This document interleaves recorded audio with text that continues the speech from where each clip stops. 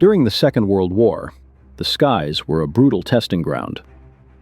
From the desperate defense of Britain's shores to the relentless strategic campaigns that struck at the enemy's heartland, British aviation became a linchpin of the Allied war machine, perfecting piston engine technology under the relentless pressure of total war.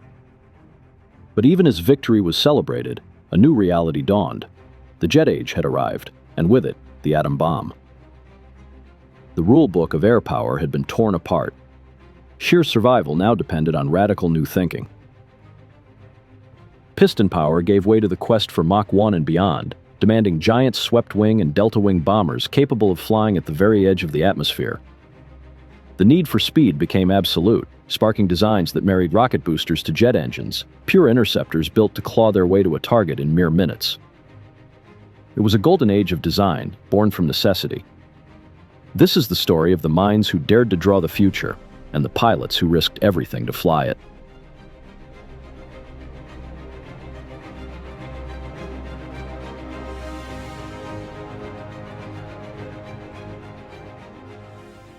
On November the 11th, 1918, after more than 4 years of bloody fighting, World War I came to an end.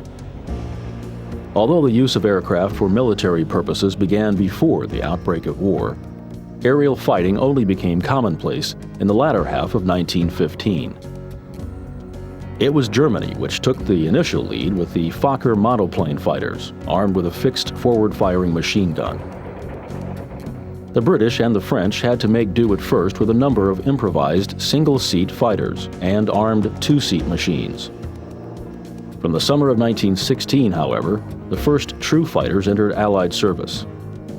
With ever larger numbers of aircraft committed to the fight, air combat became more and more frequent. From the summer of 1917, the Allies gained and kept the upper hand.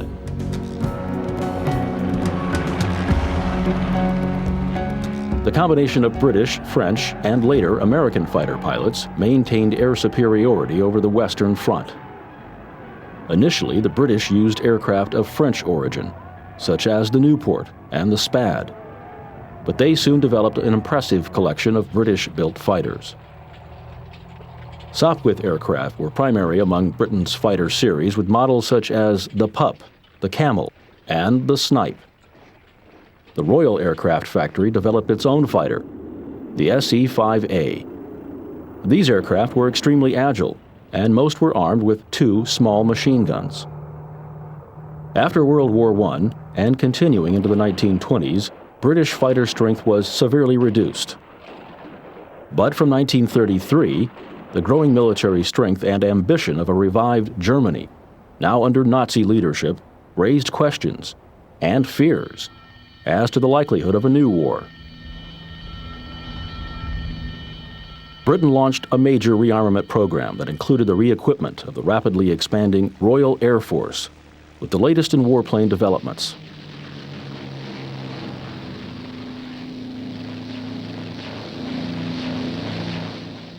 These new monoplane fighters had retractable landing gear, enclosed cockpits, engines of nearly 1,000 horsepower, and were armed with 8 rifle-caliber machine guns in the wing. In May 1940, during the opening stages of World War II, Winston Churchill became the British Prime Minister. At the same time, France fell to its German occupiers, leaving Britain to stand alone against the might of the German forces. It was under Churchill's inspirational leadership that Britain inflicted its first blow on Germany during the Battle of Britain.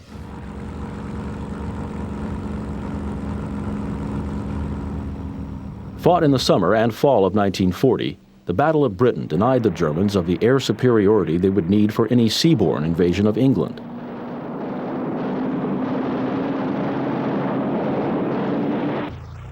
A British fighter, the Hawker Hurricane, played a major part in the Battle of Britain. The Hurricane was available in greater numbers than another British aircraft, the Supermarine Spitfire, and destroyed more German aircraft than all other defenses combined.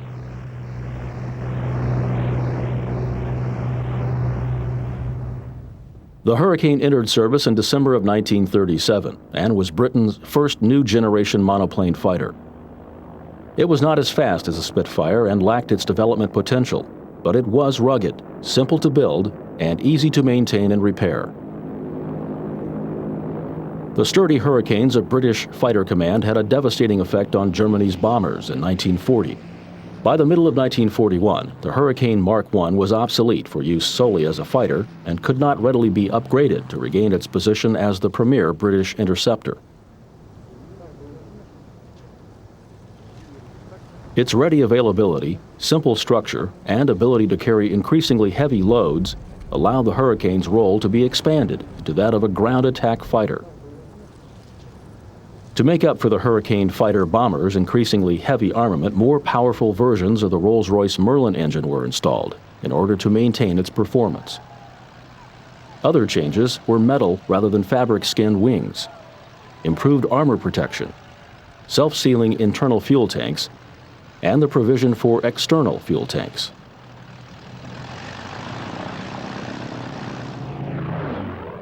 The most important alteration made to the Hurricane was the increase in its gun armament. It was first changed to 12 small machine guns in the Hurricane Mark II-B, and then to 4 20mm cannon in the Hurricane Mark II-C. The Mark II-C entered service in June of 1941, and from September of the same year, increasing numbers of the aircraft were adapted to so-called Hurrabomber machines.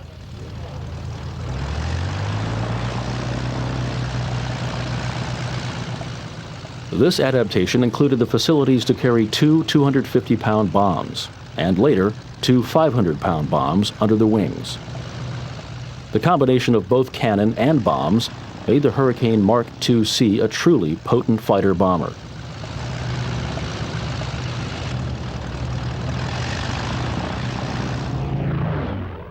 Its first major success came in sweeps over northern Europe, and was followed by similar operations over North Africa and the Middle East. Available only in modest numbers for North African and Far Eastern use, the Hurricane Mark II-D was a powerful anti-tank aircraft with 2 40mm cannon in pod installations under its wing. The last 2,575 Hurricane fighter bombers were Mark IV models, with a universal wing that was able to accommodate any of the previous gun installations. This wing could also carry 2 drop tanks, 2 500-pound bombs, or 8 air-to-surface rocket projectiles that each carried a 60-pound warhead. The Mark II and Mark IV versions of the Hurricane were important in the Italian campaign up to 1944. They remained valuable weapons in the Burma theater against the Japanese up until the end of World War II.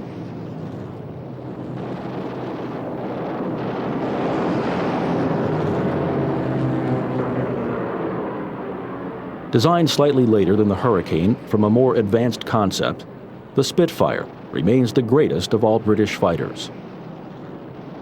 The Spitfire earned this title with, among other things, a production total of more than 20,000 aircraft in a program that lasted beyond the end of World War II.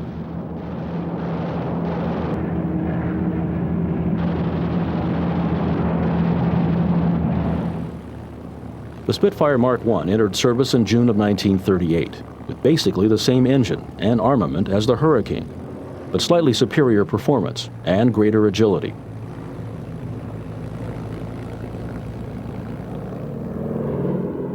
During the Battle of Britain, the Spitfire was tasked whenever possible with the tackling of German fighters, leaving the Hurricanes free to engage bombers.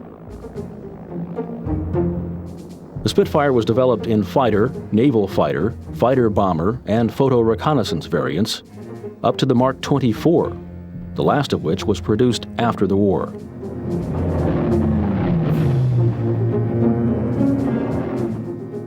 The later variants also switched from the Rolls-Royce Merlin engine to the larger and more powerful Griffon engine that provided truly exceptional performance. There were 4 main fighter and fighter bomber variants of the Spitfire, including the Mark I Interceptor. The Spitfire Mark V was the most numerous Spitfire variant produced. Nearly 6,500 Mark Vs were delivered for service from February 1942 as fighter bombers, In the definitive Spitfire Mark V-C form, which was produced in low, medium, and high-altitude models, the aircraft was armed with two 20mm cannon and four small-caliber machine guns, as well as one 500-pound bomb.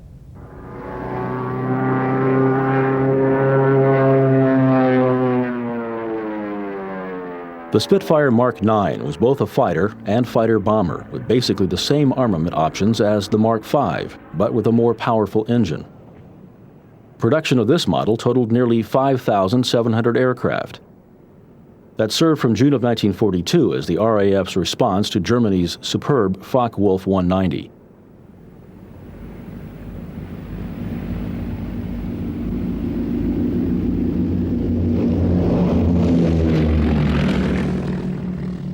The Spitfire Mark XIV was an interceptor and fighter bomber with a number of significant improvements, including the considerably more powerful Griffin engine. Although its armament was essentially unchanged, its performance did increase. Entering service in January of 1944, production of the Mark XIV reached almost 1,000 aircraft.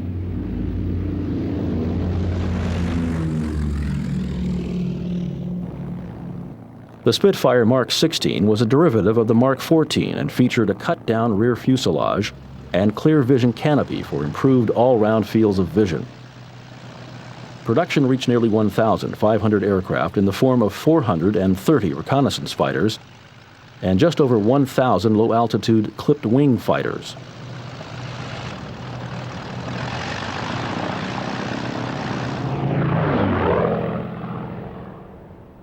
Another twist on the Mark XIV was the Spitfire Mark XVIII.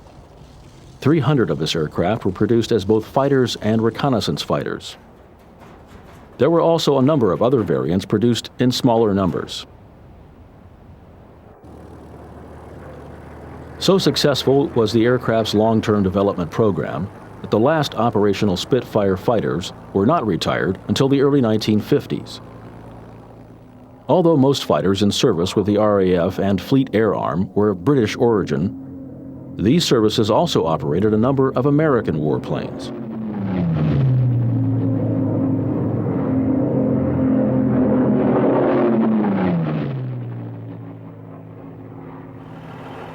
The Fleet Air Arm operated more than 1,100 examples of the Grumman F-4F under the designation Martlet that was later changed to Wildcat. The service then received nearly 1,300 examples of the Wildcat's Grumman-designed successor. It was known to the U.S. Navy as the F-6F and to the British as the Hellcat. It was in every respect a classic fighter bomber. Powered by a huge Pratt & Whitney R-2800 radial engine, the Hellcat was large in size and strength.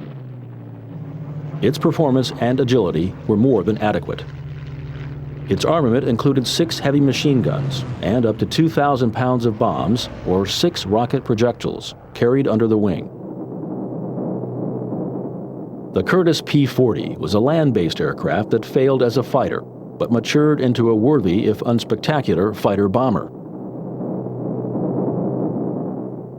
Early variants of the P-40 feature the Allison V-1710 engine, whose poor performance at altitude limited the aircraft to low-altitude operations. The first P-40 entered British service as the Tomahawk fighter bomber. A total of nearly 1,200 Tomahawks served effectively in North Africa and the Middle East between 1941 and 1942. The P-40 Tomahawk was later superseded by upgraded P-40 Kitty Hawk variants. Their improvements included the installation of the Packard V-1650 engine, an American-made version of the Merlin. The aircraft also featured heavier armament optimized for the fighter-bomber role. Deliveries to the RAF totaled some 3,400 aircraft in models between the Kitty Hawk Mark I and Kitty Hawk Mark IV. The first of these aircraft reached the British in April of 1942. The Kitty Hawk served with some distinction in North Africa, Italy, and the Far East, and were usually flown by the pilots of the Australian and New Zealand Air Forces. The greatest American fighter adopted in numbers by the British was the North American P-51 Mustang. The P-51 had been designed to suit British rather than U.S. requirements. The first production aircraft were completed with the Allison V1710 engine, which displayed poor performance at altitude. The early aircraft were therefore used exclusively as low-level reconnaissance fighters from April of 1942. This fleet was made up of Mustang Mark I machines with 4 heavy and 4 rifle-caliber machine guns, Mustang Mark I's with 4 20mm cannon, and Mustang Mark II machines with similar armament to the Mark I. When the Mustang was given the American-built V1650 version of the British Merlin engine, it became the finest fighter of World War II. The Mustang was a truly agile fighter, capable of exceptional range, even on internal fuel. It was the Mustang that allowed the Allies to take the air war deep in occupied Europe, and Germany itself. Moreover, when not operating in the air-to-air role, the Mustang was a very effective ground attack fighter. Night fighting became an increasingly important aspect of the air war in World War II, especially after the British developed airborne interception radar. The finest British night fighter was one of the many variants of the 2-seat de Havilland Mosquito, arguably the most versatile warplane of World War II. Built largely of a balsa and plywood sandwich material and powered by 2 Merlin engines, the Mosquito was very fast in all of its forms. The definitive night fighting Mosquitoes were the NF Marks 30, 36, and 38. They carried their radar in a bulged nose radome above their armament of 4 20mm cannon. The Mosquito was also produced in large numbers as a fighter bomber. The first and most important of these types was the FB Mark VI, of which nearly 3,000 were delivered for service from May of 1943. These were the last of the role-specific Mosquito variants to enter service. The Mosquito FB Mark VI was flown by Fighter Command as a day and night intruder and as a ground attack aircraft. Coastal Command used the Mark VI as an anti-ship aircraft. Without radar, its nose could be fitted with 4 small machine guns to supplement the standard quartet of 20mm cannon under the nose.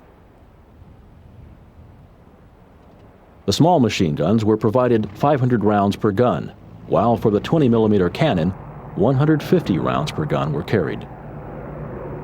The Mark VI also had an internal bay for 2 250 or 500-pound bombs. Another 2 bombs or 8 60-pound rocket projectiles could be carried under the wing to pack a potent air-to-surface punch. A superb example of the Mosquito's capabilities came on the 18th of February, 1944. The objective of this operation was to breach the walls of a jail in northern France so that the prisoners, including many members of the French resistance under threat of execution, could escape. The raid was undertaken by 19 aircraft under the command of Group Captain P.C. Picard. The attacking aircraft flew at very low level and attacked their target from 3 directions. A 4th wave of Mosquitoes bombed the barracks accommodating the German guards. The aircraft achieved phenomenal bombing accuracy. In the confusion following the attack, no fewer than 258 of the 700 prisoners, including half of those to be executed, managed to make their escape.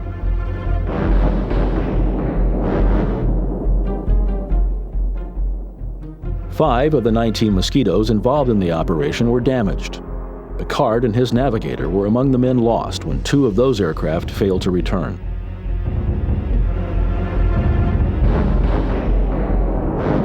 On April 11 of the same year, 6 Mosquito FB Mark VI warplanes of 613th Squadron undertook a comparable operation. This raid attacked the Kleiskamp art galleries in The Hague and destroyed the Gestapo records of the Dutch resistance. The third of the Great Mosquito pinpoint raids was launched on the 21st of March, 1945. In this attack, 20 aircraft of 464th Squadron, under the command of Group Captain R.N. Bateson, effectively destroyed the Shellhaus in the center of Copenhagen.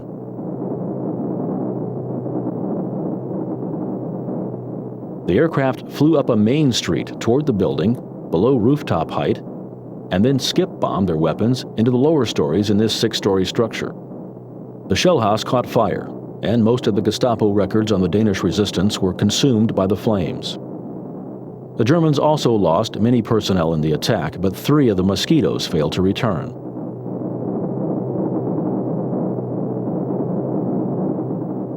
The Hawker Aircraft Company planned the Typhoon as a successor to its Hurricane fighter.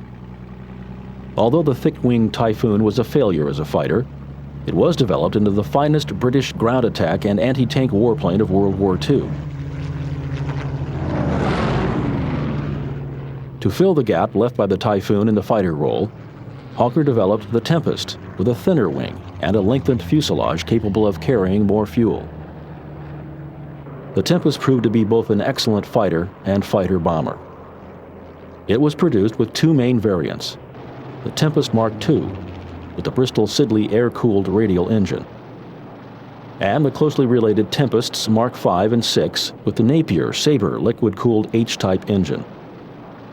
The Tempest Mark II arrived too late for service in World War II, but the Tempest Mark V reached operational status in January of 1944.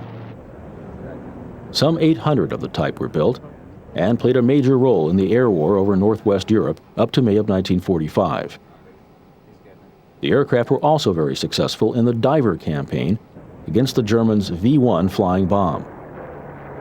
Tempest Mark V's destroyed 638 of these potent missiles before they could impact their targets in southern England.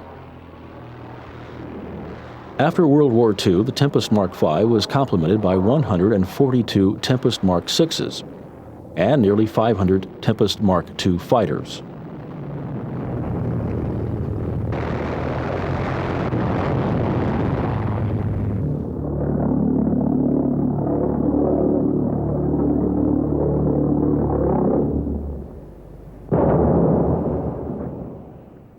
The most advanced British fighter of World War II was the Gloucester Meteor. This was the Allied nation's only turbojet warplane to enter service during the course of the war. As such, the Meteor can be compared to the Messerschmitt 262, which was Germany's first turbojet-powered fighter. The Meteor was in effect a piston-engine fighter updated with a power plant of 2 turbojets. The German fighter was a generally more advanced concept and was powered by slim, axial flow turbojets rather than the Meteor's bulky centrifugal flow engines. The Meteor was a useful fighter from mid-1944 when it entered service to the end of World War II. It was armed with 4 20mm cannon and attained a maximum speed of nearly 500 miles per hour at altitude. Deliveries during and immediately after World War II amounted to only some 300 aircraft in Mark I and Mark III variants. World War II ended in Europe with the German surrender in May of 1945. War in the Pacific would not end until the following August, when Japan was forced to surrender after the dropping of atomic bombs on Hiroshima and Nagasaki.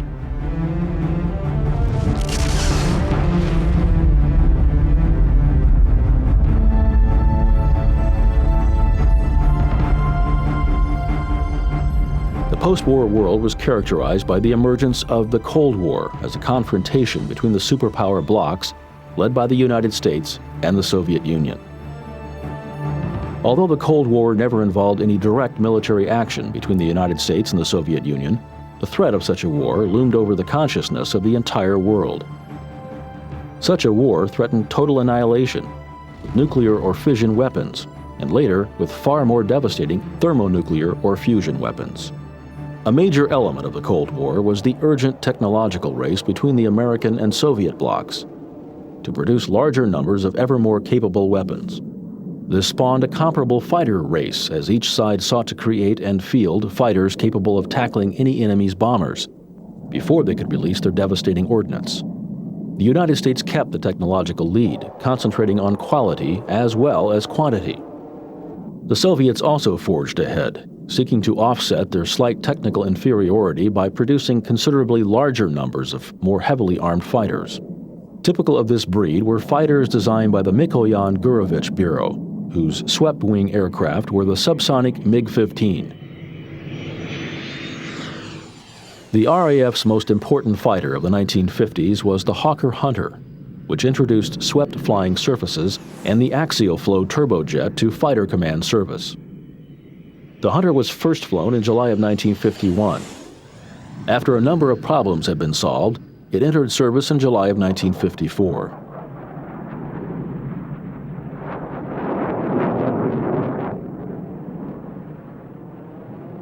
The Hunter was initially produced with either a Rolls-Royce Avon engine or an Armstrong Siddeley Sapphire engine.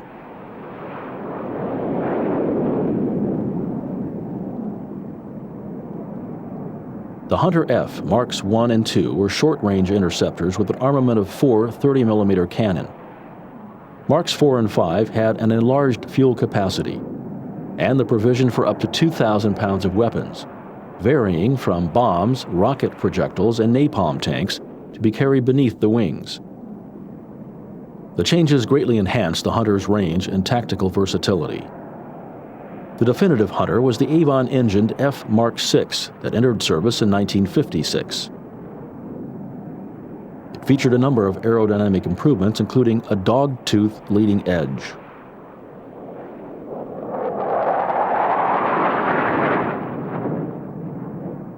Developments of this type included the classic FGA Mark IX ground attack fighter and the FR Mark X reconnaissance fighter.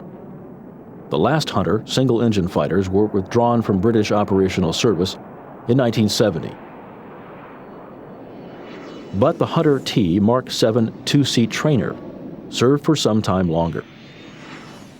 The Hunter's successor in the interceptor role was the radar-equipped Lightning. It was designed by English Electric, which became part of the British Aircraft Corporation, and then British Aerospace. The Lightning had an unusual appearance, which resulted from its highly swept flying surfaces and the arrangement of its 2 Avon turbojets in a superimposed rather than side-by-side pair. The Lightning was armed with 2 30mm cannon, as well as 48 2-inch rockets, or 2 rudimentary air-to-air missiles. Although its range was limited, the Lightning had genuine Mach 2 performance and a truly exceptional rate of climb. Later models, culminating in the F Mark VI, had improved electronics, updated aerodynamics, and greater fuel capacity. Their armament was improved in capability, but not quantity, through the introduction of superior missiles. The Lightning was phased out of service in the middle of 1988. In the mid-1960s, the British ordered a version of the great American multi-role fighter, McDonnell F-4 Phantom II. The first order was placed for the Fleet Air Arm and comprised 52 carrier-capable Phantom FG Mark I aircraft.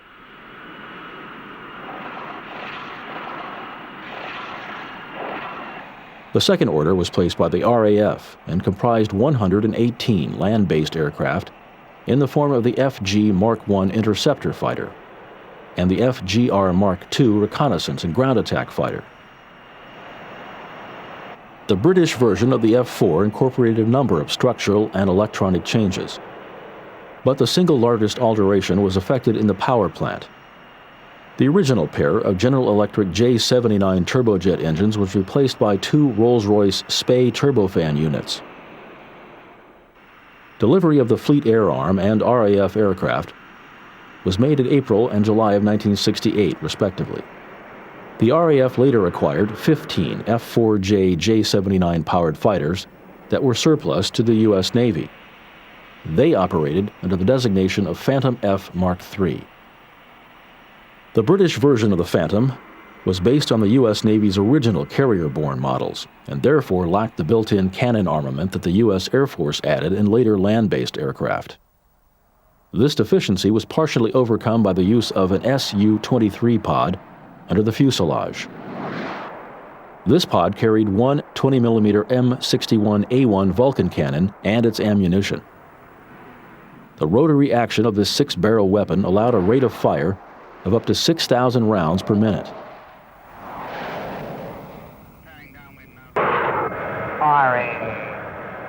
In the interceptor role, the Phantom was armed with 8 air-to-air missiles in the form of 4 radar-guided Sparrow 3 medium-range missiles and 4 infrared-guided Sidewinder short-range weapons. In the ground attack role, the aircraft could deliver up to 16,000 pounds of assorted ordnance, carried on one hardpoint under the fuselage, and another 4 under each wing.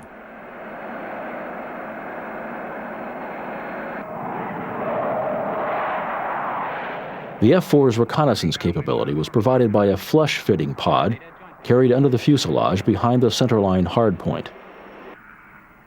With the downsizing of the Royal Navy's force of large aircraft carriers, their surviving Fleet Air Arm aircraft were later transferred to the RAF. The Phantom Force was effectively retired from British service in the latter part of the 1980s. Throughout the 1950s and 60s, the overall military strength of the Soviet Union was growing. A large part of this capability was invested in long-range reconnaissance aircraft and bombers. One of the most notable of these was the huge Tupolev Tu-95, known to NATO as the Bear. This was used in dedicated reconnaissance forms, but also in the offensive role, with 1 or more long-range anti-ship missiles armed with nuclear warheads. Part of the British answer to warplanes such as the Bear was the British Aerospace Sea Harrier. It possessed a vectored thrust engine for vertical takeoff and landing capability. In its original Sea Harrier FRS Mark I form, it was a navalized development of the land-based Harrier close support warplane and was able to operate from 3 small Invincible-class aircraft carriers that had been designed mainly for helicopter operations. The ships were adapted with the installation of a ski jump extension of their flight decks to allow the Sea Harrier to make a short rolling takeoff with a heavier payload.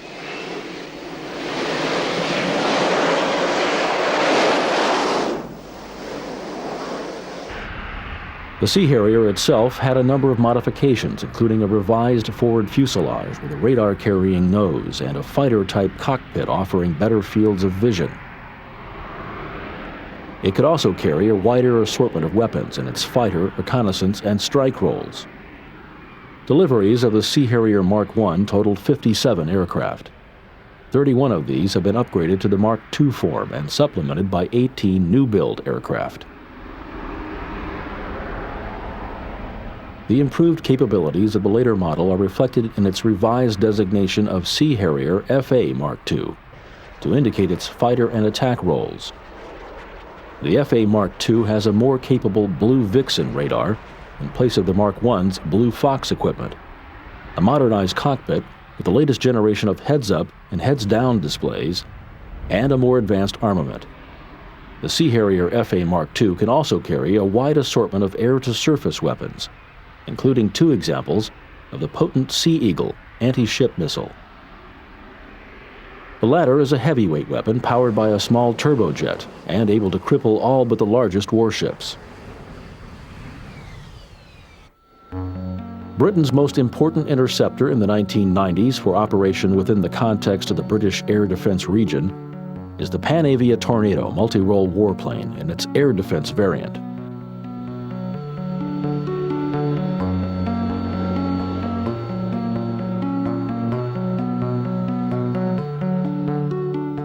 This aircraft was considered from 1968, actively planned from 1971, and first flew in March of 1984 as the Tornado F Mark II. It entered full service in July 1986 as the Tornado F Mark III.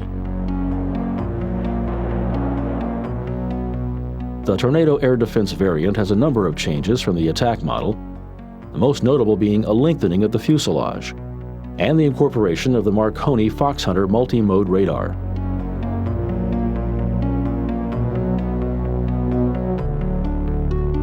The primary reason for the lengthening of the fuselage was to provide space for the semi-submerged carriage of 4 Skyflash medium-range air-to-air missiles beneath the fuselage.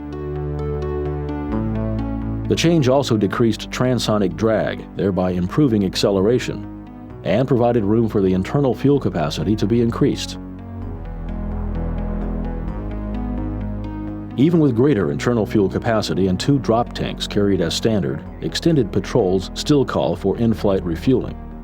The Tornado air defense variant was therefore fitted with a retractable refueling probe on the port side of the forward fuselage. With this, the Tornado can take on fuel from tankers such as the BA VC-10 and the Boeing TriStar. The addition of the flight refueling probe meant that the port side 27mm Mauser cannon had to be sacrificed. The remaining weapon, located on the starboard side, still offers a formidable short-range capability.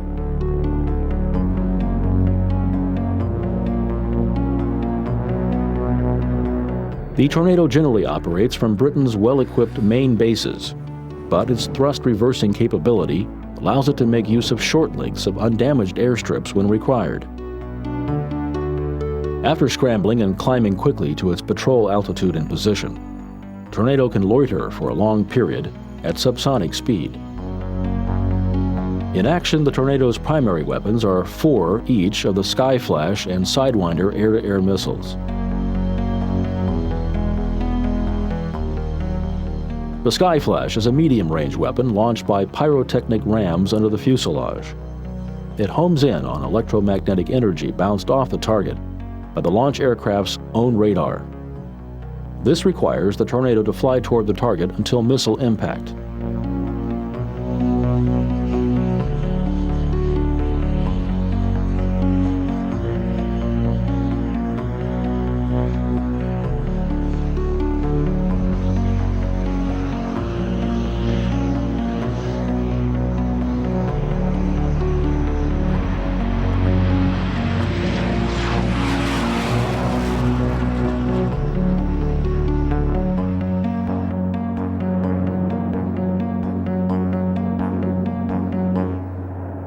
The Sidewinder is a short-range weapon carried in pairs under the wing. It homes in on heat given off by the target.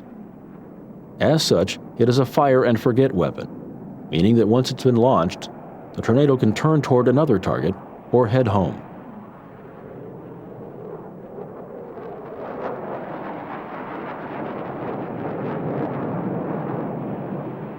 The Foxhunter radar was beset by serious development and early service problems. The equipment has now matured into a highly capable system, able to operate under the severest of jamming conditions.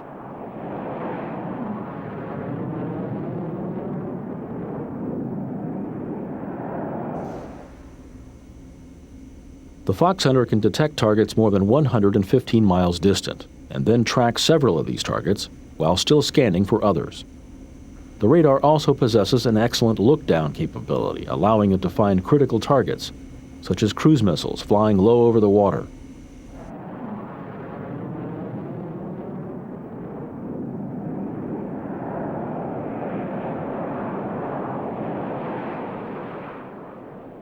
The nature of its weapon system in the form of the radar and associated missiles means that the Tornado is intended not for short-range air combat, but for the standoff air superiority role.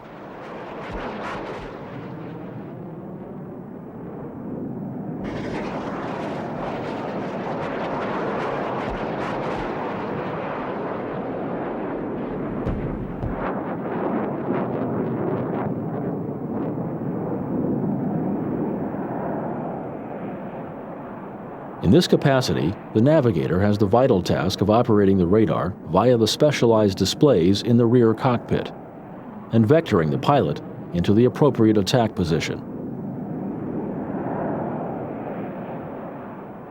The radar also has an advanced ground mapping capability, allowing the position provided by the inertial navigation system to be monitored and upgraded.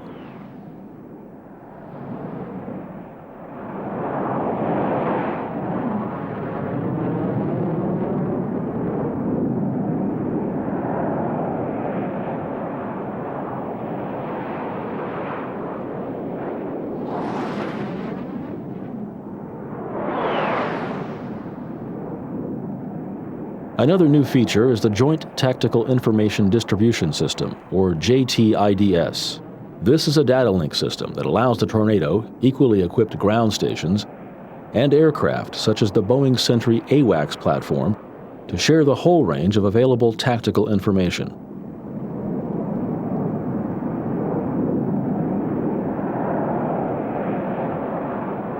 The JTIDS therefore allows the tactical crew of an AWACS aircraft to feed precise data to all the Tornado ADV aircraft in its sector, and thereby control the entirety of a local air battle.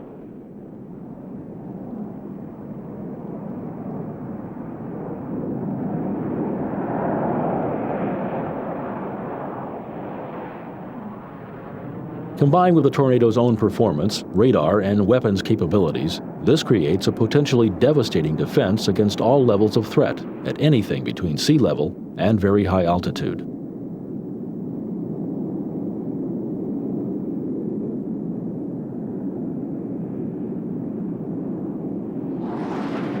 The Tornado ADV was planned within the context of the Cold War, which could have become actively hostile had Soviet bombers and missile launch aircraft approached Britain from the north.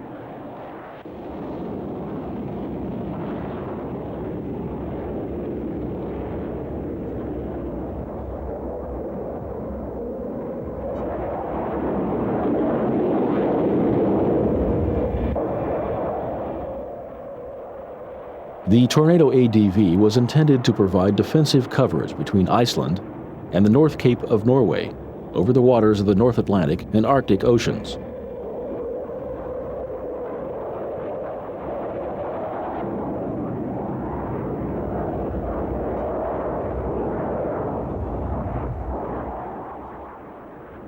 It was vital to keep potential threats at arm's length or more from Britain.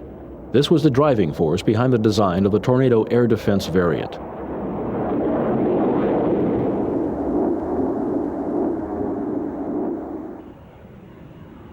As a result, this exceptional warplane is notable not for its agility, which is adequate rather than excellent, but rather for its extended endurance and effective combination of electronic equipment and weapons.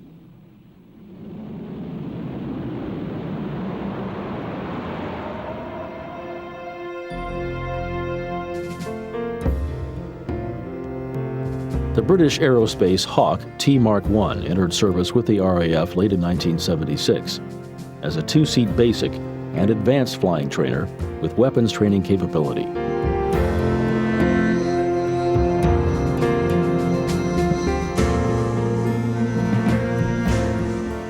Deliveries totaled 176 aircraft, each with 3 hardpoints under the fuselage that are reserved for a 30mm cannon pod.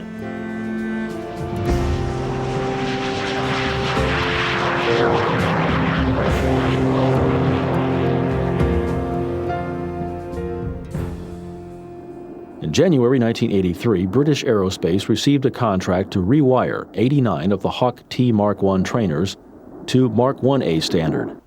These included aircraft for the Red Arrows aerobatic display team.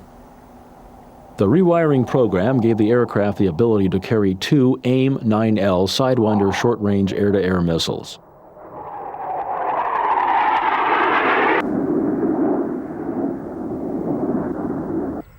The last of the converted aircraft was redelivered in May 1986. The aircraft were then tasked with the secondary short-range air defense and medium-range mixed fighter force roles.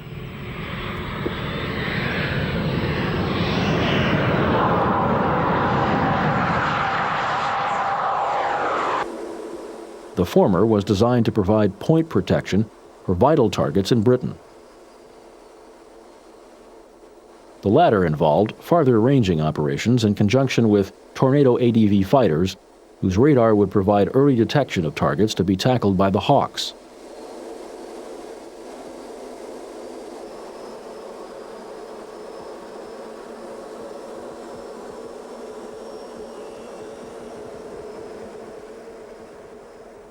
Designed for the export market, the Hawk Mark 100 complements the versions of the T-Mark I offered as the Hawk Mark 50 and Hawk Mark 60. The latter of these had an updated power plant and an improved wing.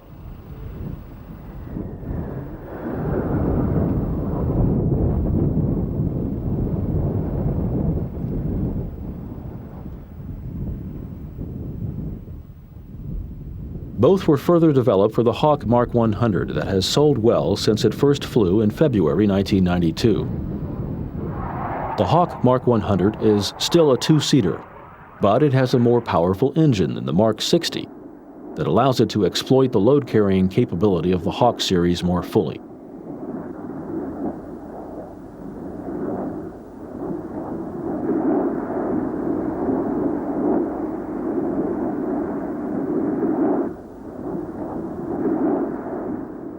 As such, the Mark 100 can operate in its original flying and weapons training roles, but can also be operated as a single-seat or two-seat light warplane.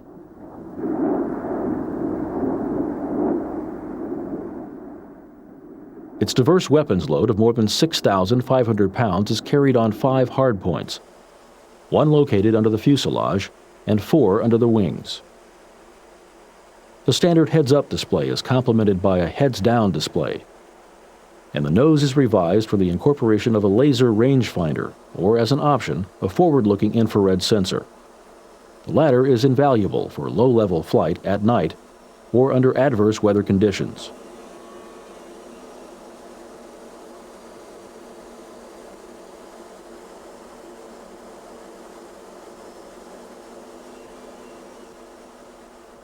The concept of the Hawk Mark 100 was taken a step further in the Hawk Mark 200, which was created as a single-seat light warplane able to undertake a number of roles. The first Mark 200 flew in May 1986. The type is essentially the Mark 100 with a new forward fuselage and revised wing tips, each able to carry 1 Sidewinder air-to-air missile. The Mark 200 can be fitted with a derivative of the Lockheed Martin F-16's multi-mode radar. It has an advanced hands-on throttle and stick, or HOTAS, cockpit with heads-up and heads-down displays. The cockpit also has the controls and displays for optional electronic systems, such as a radar warning receiver. In 1986, after France opted to independently develop the lightweight Dassault Rafale warplane, Germany, Italy, Britain, and Spain decided to design a heavier warplane as a European fighter aircraft, or EFA. It was designed to be more capable than the all-French Rafale, and to meet the requirements of all 4 partners for a new generation tactical fighter. The EFA called for a twin turbofan aircraft of exceptional agility. The new warplane was to be optimized primarily for air superiority and air combat at long and short engagement ranges, but also capable of performing the whole range of air-to-surface roles.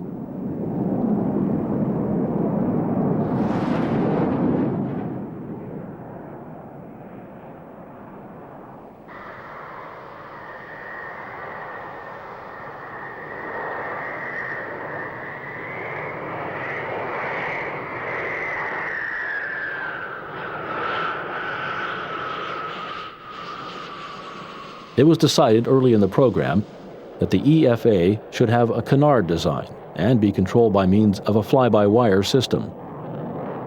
A computer would be used to translate the pilot's control movements into the appropriate control surface deflections. To provide data for the new aircraft, Germany and Britain agreed that a technology demonstrator should be built. But at the last minute, Germany pulled its funding, and the British government, with funding help from Italy, created the British Aerospace EAP, or Experimental Aircraft Program prototype.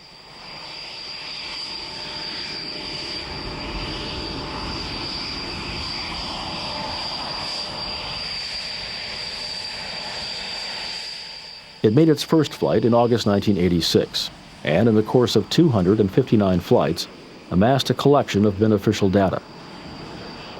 The EAP data was immediately translated for application in the development of the European fighter aircraft, which then became the Eurofighter 2000, and finally the Eurofighter Typhoon.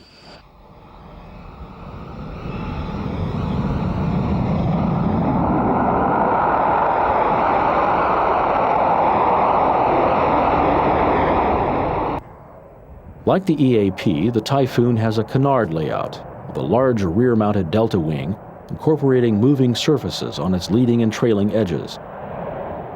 It has all-moving canard foreplanes under the forward part of the cockpit and a single vertical tail surface. The airframe makes extensive use of advanced materials to provide ease of manufacture combined with lightweight and great strength. It also incorporates an advanced fly-by-wire system.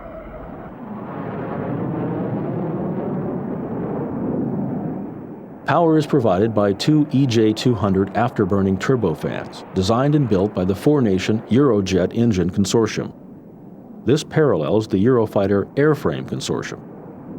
The Typhoon draws its impressive performance by combining the fly-by-wire airframe and twin-engine power plant, which is both lightweight and extremely powerful.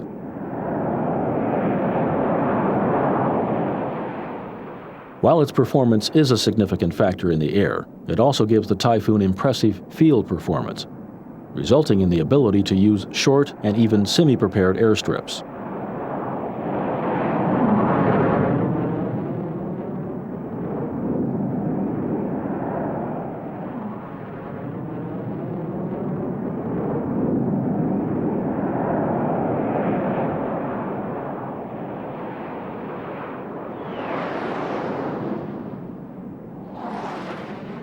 High-quality electronic items were also created specifically for the aircraft.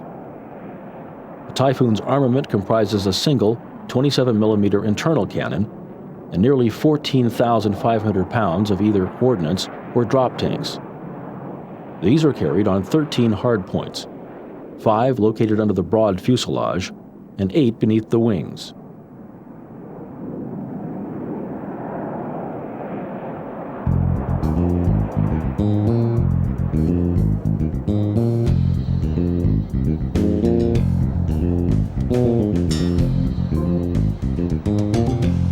The first of 7 EFA 2000 development aircraft flew in March 1994.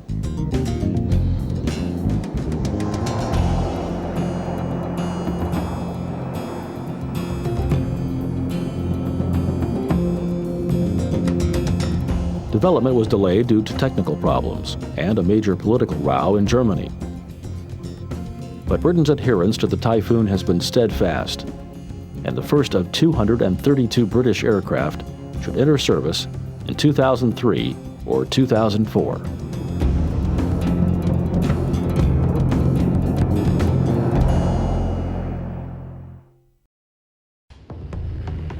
At the end of World War II, the Allies were reeling from a battle with Germany and Japan.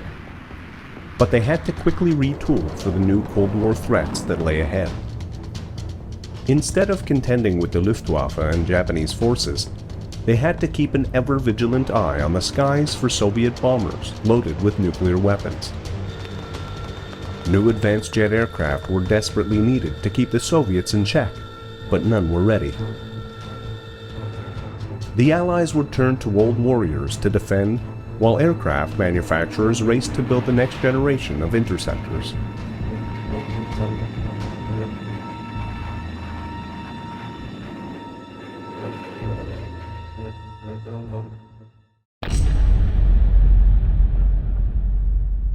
The atomic bombs dropped on Japan in World War II brought hostilities to a sudden end. While the world celebrated, the military planners of the world braced them for the possibility of an atomic war. Whoever controlled nuclear weapons held the key to global power or global destruction. The Soviets, once an ally, cloned the deadly B-29s that had rained nuclear destruction upon Japan. Soon Stalin would have his own atomic bombs, and fleets of aircraft capable of lashing out at his enemies. Like Hitler before him, he was anxious to expand his borders. At first, Britain and the US turned to aircraft from World War II to guard the skies. The Mosquito, the wooden wonder of World War II, was kept in service to patrol for invaders. At one time one of the fastest aircraft in the world, it also made a reputation for itself as a night fighter. With radar installed and a radar operator on board to pinpoint targets, the Mosquito night fighters made quick work of enemy German bombers. A solid two-man crew was essential to the success of a night fighter, says RAF pilot Tex Jones. The two-man crew is better for the identification. A lot of the work in air defense is identifying a target in the dark or in cloud. And if the target's evading, then you're better with a two-man crew for that, if you've got a good team. If you haven't got a good team, you might actually be worse off. As successful as the Mosquito was, technology was quickly changing. To keep it from becoming a museum piece, at war's end the Mosquito was retrofitted with better engines and new American radar. Like Britain, the US relied upon an old warrior to defend its night skies against Soviet attacks. The Northrop P-61 Black Widow rolled off the assembly line in October of 1943. Its pilot, gunner, and radar operator worked in tandem to fight off German and Japanese threats. The Black Widow was the first aircraft purpose-built to use radar, which made it ideal for night missions or flying in bad weather. Though the few Black Widows that went into service proved to be effective night fighters, by war's end they were already near or at obsolescence, lacking the range and speed to compete with new aircraft. Putting the Black Widow and Mosquito on guard against a Soviet sneak night attack was an act of sheer desperation. If Soviet bombers came across the channel, it was doubtful that these piston-powered aircraft would be able to reach them in time to make a difference. But they were the best aircraft available for the job. New interceptors built for the new realities of the nuclear age and jet age were a top priority. It was only a matter of time before Stalin's scientists unlocked the secrets of the nuclear bomb. Just as the first of the Soviets' Tu-4 Bull took to the air, the Air Ministry put out a specification for new all-weather night fighters for the Royal Air Force and the Fleet Air Arm. The Royal Air Force was looking to replace the Mosquito with a jet-powered, swept-wing aircraft capable of flying in all-weather conditions and at extreme altitudes. In other words, they needed an aircraft to hunt down the Soviet Bull. The Royal Navy was looking for a similar aircraft with the additional requirement that it could operate from a carrier. The Gloucester Aircraft Company was eager to submit designs for the RAF specification. At the start of the war, they had no modern designs of their own and continued to build biplanes like the Gloucester Gladiator. Though seemingly behind the times, Gloucester took a giant leap ahead of all aircraft manufacturers around the world. They would build the airframe for Britain's first two jet aircraft, the prototype E-2839 and the twin-engined Gloucester Meteor. Aircraft manufacturer de Havilland too had expertise in jets, building Britain's second fighter, the nimble Vampire, powered by their Goblin engine. They also were ahead of the curve in swept-wing technology. Extensive experiments were underway of their swept-wing airliner, the de Havilland Comet. Gloucester and de Havilland were both awarded contracts to develop prototype aircraft to satisfy the ministry specifications. Gloucester went to work on the Javelin for the RAF, while de Havilland developed the Sea Vixen for the RAF and Royal Navy. The Javelin and Sea Vixen were to be advanced jet fighters, capable of taming the Bull or other Soviet aircraft, but they were still years away from flight, and the Soviet threat was intensifying. In August of 1949, the Soviets detonated their first atomic bomb, the RDS-1. Stalin was in the nuclear club, and it would only be a matter of time before the Soviets perfected a system for delivering and dropping the bomb. Faced with an emergency, the British again turned to an existing aircraft as a stopgap measure, the Gloucester Meteor. Gloucester already had a two-seat version of the Meteor meant for training pilots, but with some modifications and extra equipment, this trainer was quickly transformed into a night fighter. The nose was redesigned and extended to house radar for detecting enemy aircraft. Instead of an instructor and student, Gloucester's new night fighter carried a pilot and navigator. The first prototype flew in May of 1950, and improved production models would follow with additional upgrades. In weapons tests, the Meteor night fighter also carried a deadly antidote to Soviet bombers, the Fairy Fireflash, a radar-guided air-to-air missile. The Fireflash was propelled by a pair of booster rockets, which separated a moment after launch. The deadly missile then coasted to its target, following a radar beam projected from the aircraft and aimed by the pilot using his gun sight.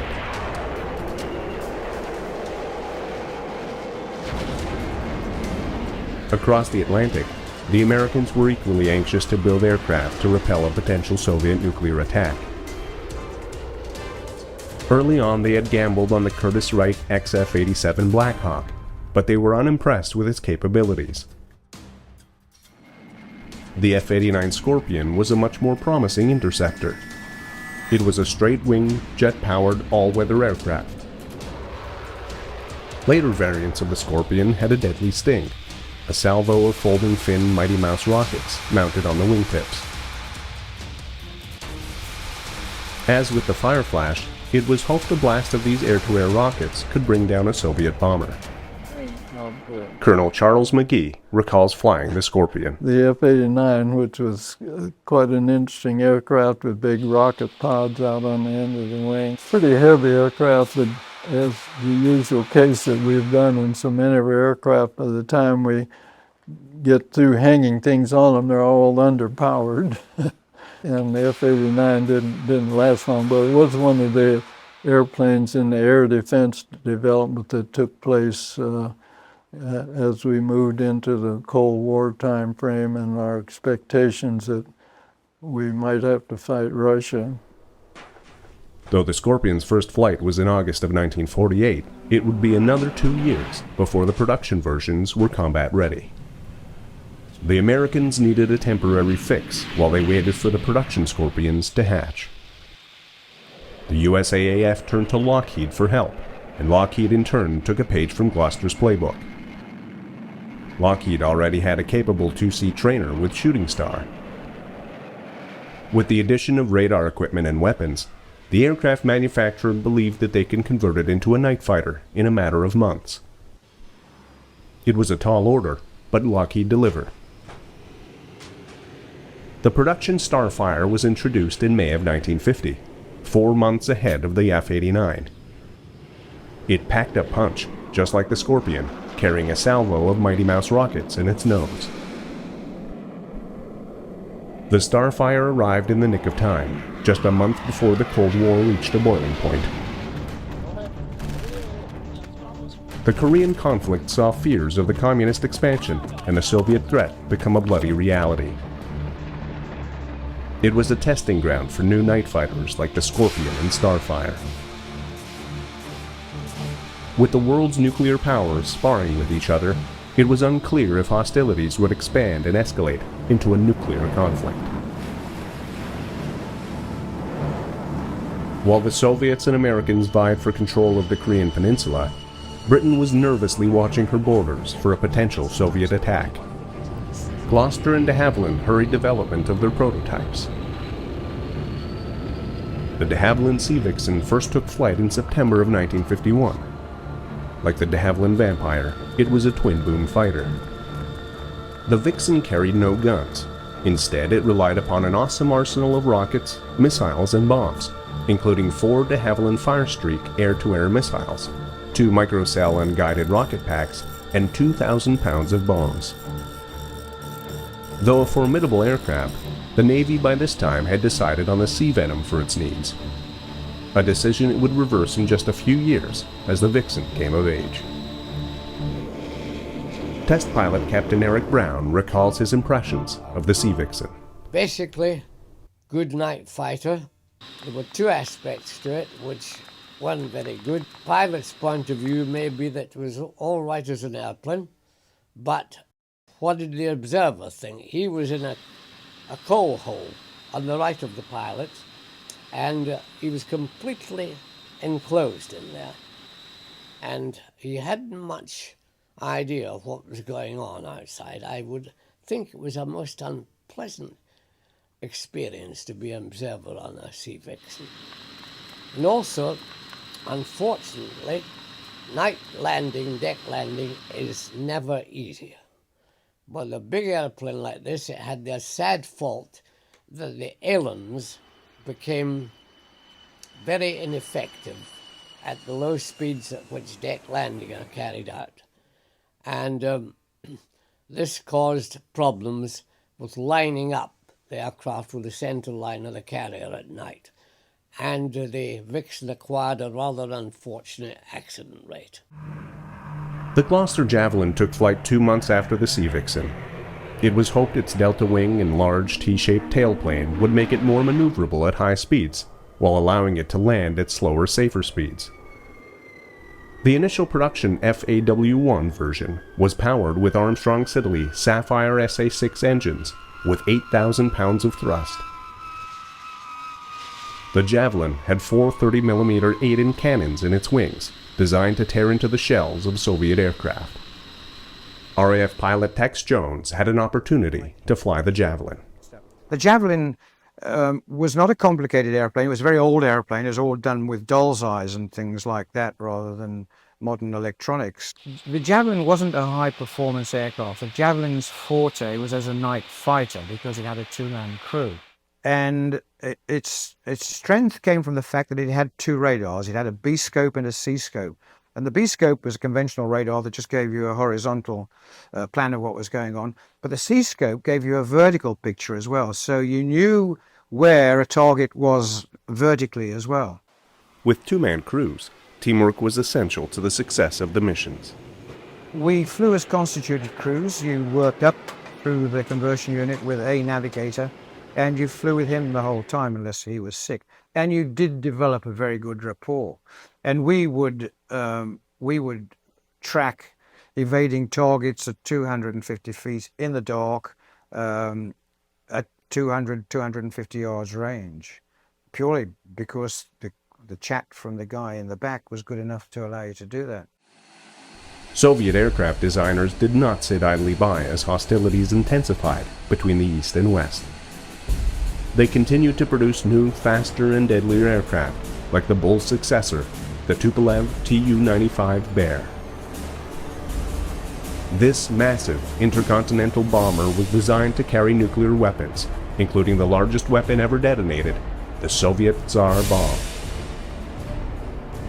During the Cold War, the high-flying Bear was one of the Javelin's main adversaries. The stakes were high. In a full-blown nuclear war, each bomber that escaped through Britain's defenses might exterminate the population of an entire city. The Javelin slowly took over the responsibilities from the Meteor, watching over the night skies of Britain, its bases, and other interests around the globe. Year after year, the Javelin and its crews probed the night skies for any creeping invaders, but none ever came. Though the Javelins never had to face a Soviet attack, they were deployed to several smaller conflicts around the globe, including one which could have seen them facing off against British-made Hawker Hunters. When Rhodesia declared independence in 1965, Britain put heavy economic sanctions in place as the Rhodesians had violated Britain's policy of no independence before majority rule. It was feared that Rhodesians would shut off power at a hydroelectric dam on their border with Zambia as an act of retaliation. The power plant was key to Zambia's copper mining industry. Rhodesia was already armed with Hawker Hunters, and the Javelins were sent in to equalize the odds. Javelin pilot Tex Jones was sent into similar tense situations in Borneo and Hong Kong. The Javelin in those days was really only being used in the Far East, mainly in Borneo for the insurgents there, and it was used mainly as artillery, because when you plugged the reheat in and out in the Javelin, it made a big boom. And the communists, we used to fly up and down sort of 5 miles behind the front line. The communists thought we had artillery. We went to Hong Kong when the riots were on in '67. The Chinese thought when the RAF pulled out of Sekong, the Hunter Squadron, 28 Squadron, that it was the Brits sending Hong Kong back to them. So they were making noises about coming down into Hong Kong. And we were spending 3 weeks on, 3 weeks off in Hong Kong. We'd spend half of the time with the fuel tanks off, the underwing fuel tanks off at high level, doing combat just so we could be seen by the Chinese radars. And the other time, the rest of the time was spent at low level, just blasting around low level, just making as much noise as we could, letting people know that we were still there. Soon the Javelin, like the Meteor and Mosquito before it, reached retirement. By April of 1968, the last squadron was disbanded, and more sophisticated interceptors took its place, ready for the challenges of the present and near future. The Javelin was replaced by the English Electric Lightning, a single-seat Mach 2 interceptor with navigation and targeting in the hands of the pilot. Javelin pilots were not handicapped transitioning to a single-seat interceptor. Their experience working with a navigator gave them an edge over other pilots. Having had a navigator made it easier as a single-seat guy because you had the background of knowing the geometry of intercepts and things like that. Because we call it the God's eye view. You've got to be able to see an intercept from above. You've got to be able to see the geometry of it. And if you can't do that, you're never going to be able to do the job. The threat of a Soviet attack forced the Allies to innovate and create a slew of interceptors. Though the Javelin never faced a Soviet bomber in combat, it did serve as an equalizer in the arms race, keeping the Soviets in check and minimizing the chances of a nuclear attack.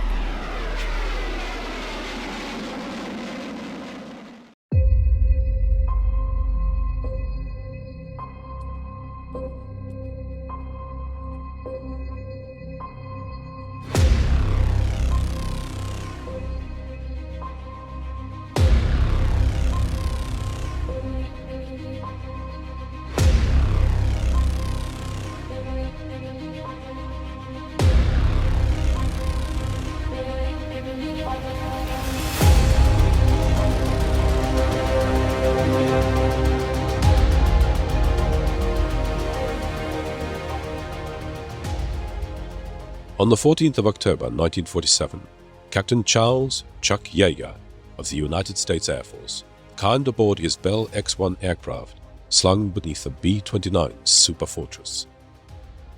Following his release, he leveled off at 40,000 feet above the Mojave Desert and fired the third of the aircraft's 4 rockets.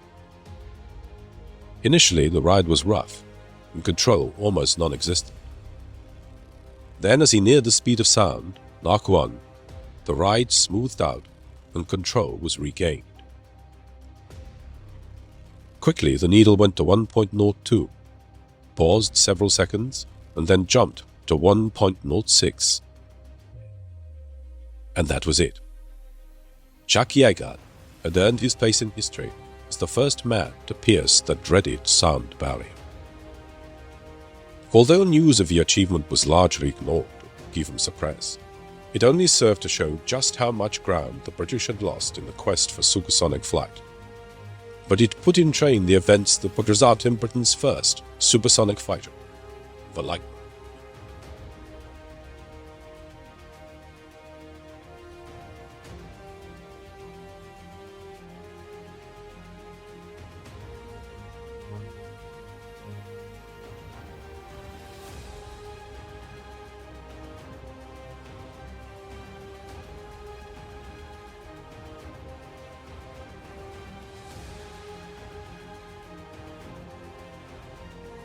By 1942, there had been a number of incidents of pilots failing to pull out of dives whilst locked in combat. Some pilots did regain control and reported that the aircraft's controls had become solid whilst diving, accompanied by a severe buffeting. Initially, these reports had been dismissed as understandable confusion in the heat of battle. But as more powerful engines became available, the reports began to multiply.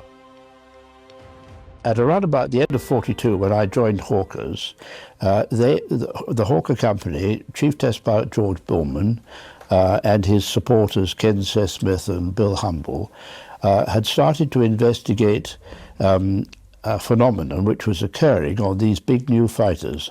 This was loss of control and a very considerable buffeting and roughness that was experienced when they were diving these airplanes high up. It wasn't happening low down, but if they tried to get these airplanes to dive to their limiting speeds at high altitude, they were running into control difficulties.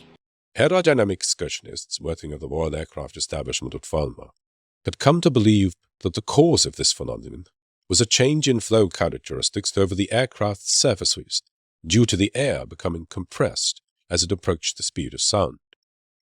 Quite simply, in the thin air at high altitude, the aerodynamics of the aircraft were preventing it from going any faster. As the aircraft reached the thicker air at around 10,000 feet, the pilots were able to regain control. By 1942, the terms supersonic and compressibility were beginning to be used in discussions about these incidents. A new and apparently impenetrable limit had been reached, and fighters were now dived to their compressibility limit was part of their test program. We at Hawkers were investigating why, and we did find during that period, and had established by about mid-1943, that if you got into this frightening lack of control, right into the point where you were actually out of control, it was rolling and diving away from you, despite everything you could do with it. If you stayed there and rode it down from 15,000 feet or so down to about 10,000 feet, the speed of the aircraft relative to the speed of sound as you got into the thicker air reduced. And as that occurred, the shock waves died down and control came back. And so this was known as compressibility. It was a recognized condition by the end of 43, and the designers were very, very busy trying to design the next generation of airplanes which would overcome this problem. But until they did, and it really wasn't until after the war that we got airplanes that would actually cope and get right through this condition. Compressibility was a limitation which all the air forces had to observe, and pilots had to be trained to avoid getting into it. Raising the point of compressibility was only one part of the problem. The other was designing an engine powerful enough to fly even faster. Piston engines had virtually reached the limits of their potential, and so in 1942, British officials began to take a new interest in a concept dismissed by them some years earlier: Frank Whittle's jet engine. Meanwhile, Germany had also been developing a jet. However, by the last year of the war, the Luftwaffe had been beaten back to a point where its only useful role was one of air defense against the Allied bomber formations that pounded German cities by night and day. In this defensive capacity, they were helped greatly by the arrival of the Messerschmitt 262. Its rate of climb meant that it could be scrambled in time to intercept Allied bomber formations. But what came as a shock to the pilots flying fighters like the Mustang and Lake Mark Spitfires escorting the bombers was the sheer speed of the Me-262. Not only was it nearly 100 miles an hour faster, it could dive significantly faster. The swept wings and jet power of the Ne-262 showed that military aviation had reached a new threshold. With relevance to the swept wing was the very high Mach number that could be achieved with it in control as opposed to any of the Allied aircraft flying at that time. I mean, it was a huge gap, a quantum jump, really. The Germans set about their research in a way which was very effective, and by the middle of the war they were advanced very considerably in terms of aerodynamics and high speed, and they had produced a number of experimental aircraft which would get very, very close to the speed of sound. The first one that was of practical value was the Messerschmitt 262, which was a twin-engine fighter. That in 1943 was streets ahead of anything that the Allies had. It was being built and developed at the time as our Meteor, but it was a better aerodynamic concept. And it was so far advanced that the Germans were able to put it into service in 1944. At the same time, Gloucester was beginning flight trials of its E-28 prototype, which was powered by Frank Whittle's jet engine. Although the specifications had been for a research machine, it was planned to develop the aircraft into an interceptor fighter with fixed guns. The result was the Gloucester Meteor. Although it was only used in defensive operations against V-1 flying bombs, the second most powerful air force in the West had entered the jet age. The Meteor 1, 2, and 3 were inadequate, underpowered, and not effective fighter aeroplanes. The Meteor 4, with the Derwent 5 engines considerably uprated, slightly improved aerodynamics, was a better and more capable aeroplane and provided a basis for training the fighter squadrons of the Royal Air Force in the use of jet fighters. Having said that, it was never an air superiority fighter to match aeroplanes like the North American Sabre or the MiG-15, but it was for the late 1940s. It was a good step forward. It was a reliable aeroplane, and it trained the Air Force to fly formation in jets and do high-speed intercepts and so on. There was, however, more to the beginning of the jet era than the introduction of this new and greatly increased source of power. Compressibility remained a problem, even with jet power.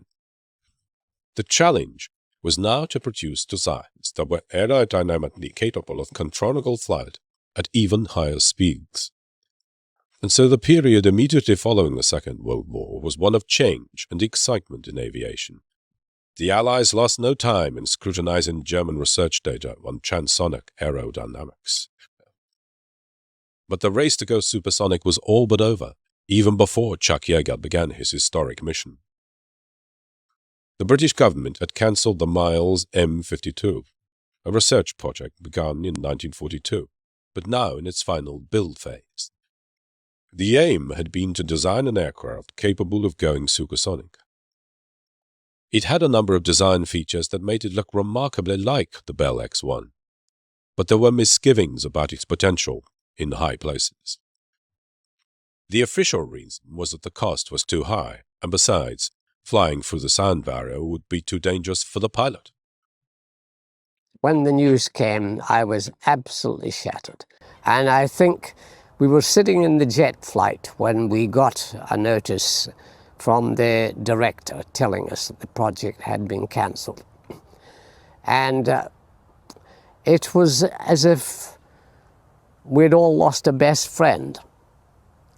Really, I can only say we were totally crestfallen at the time. And at first, that was how it was. Then it began to boil up a little into anger that this had been done without consulting us.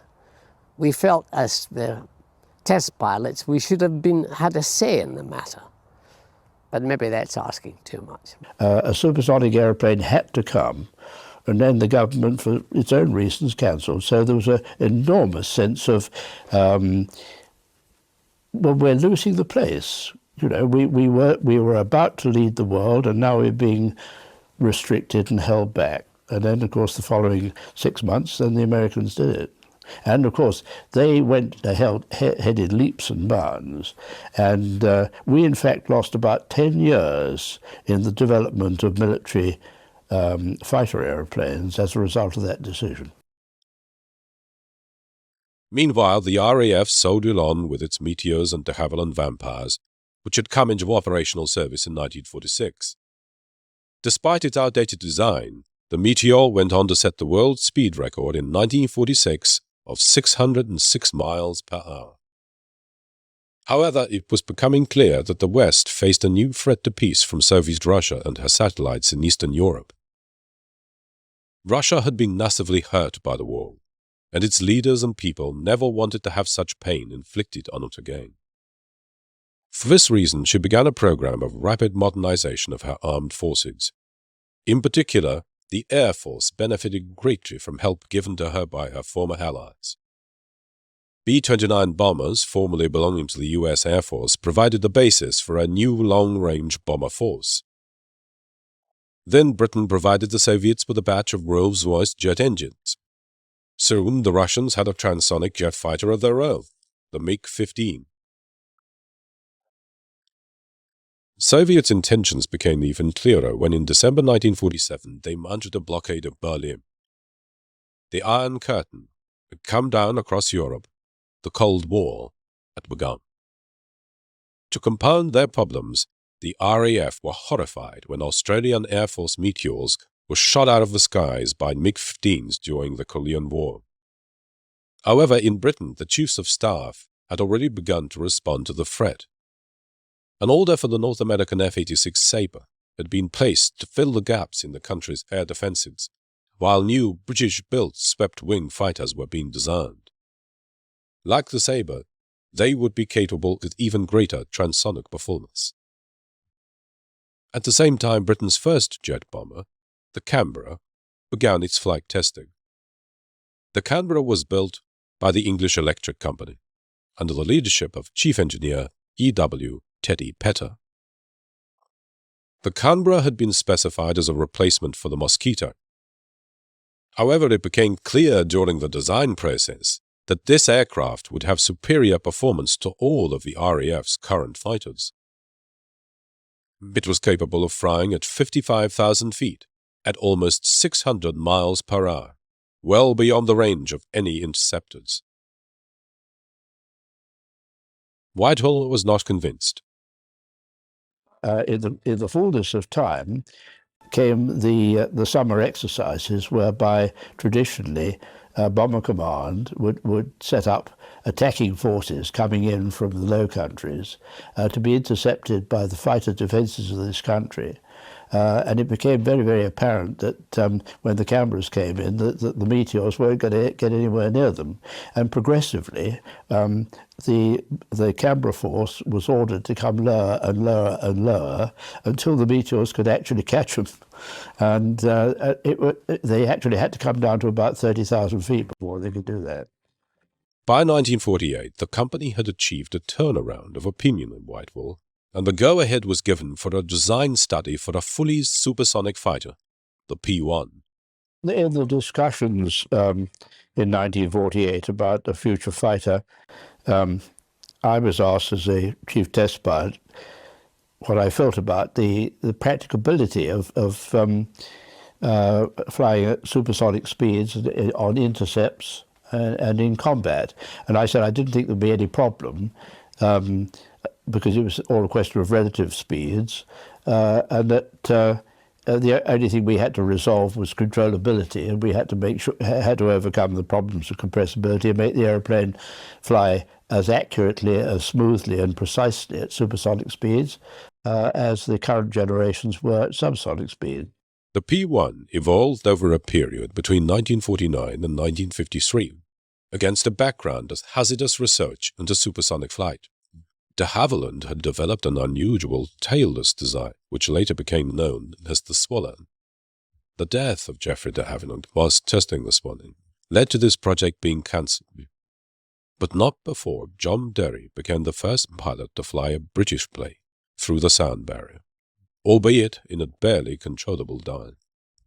At the same time, Supermarine had developed its 510 prototype into the Swift. Although Swifts entered operational service with the RAF, they only ever received lukewarm support. Finally, Hawker had developed its P-1052 into the Hunter. This aircraft had become the best of the series, with the ability to maintain a speed just below the speed of sound in level flight. By 1954, Hunters were replacing the North American Sabres as the RAF's frontline interceptor. Whilst these aircraft could, on occasions, pierce the sound barrier in a dive, it had become clear that this era of fighters with relatively thick wings swept at 45 degrees and high tailplanes would not produce a truly supersonic fighter.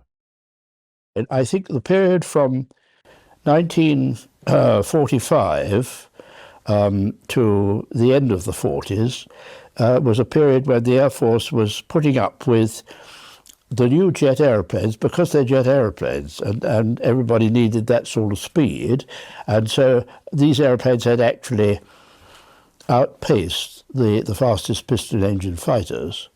Having said that, I think we would have been badly placed if a war had occurred at that time, because I don't think they would have been found to be very effective.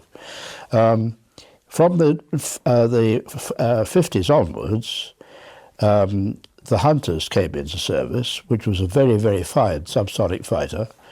The Americans had the Sabre, which was a very fine subsonic fighter, and the British started to have the Canberra, which was the world's best twin-engine jet bomber. So it all changed pattern from difficulties and mediocrity in the late 40s to getting to grips with the world's best aeroplanes by the 50s. Petter and his team set about designing the aircraft known as the P-1, using all the experience from wartime Germany and post-war America. Firstly, the P-1 had a slim, low-drag fuselage with a nose air intake and ducts passing below the cockpit. 2 Armstrong-Siddeley Sapphire axial flow engines, each capable of producing 7,000 pounds of thrust, were mounted in the central fuselage, one above the other. However, in order to avoid too much engine weight aft, the lower engine was located well forward of the upper. This layout meant that the P-1 had twice the thrust of a single engine with only around 1.5 times the frontal area. Unlike any aircraft flying at the time, it had a radical shoulder-mounted wing, swept to 60 degrees. These wings were incredibly thin but immensely strong. Finally, the configuration was completed with a thin, all-moving tailplane mounted to the bottom of the rear fuselage.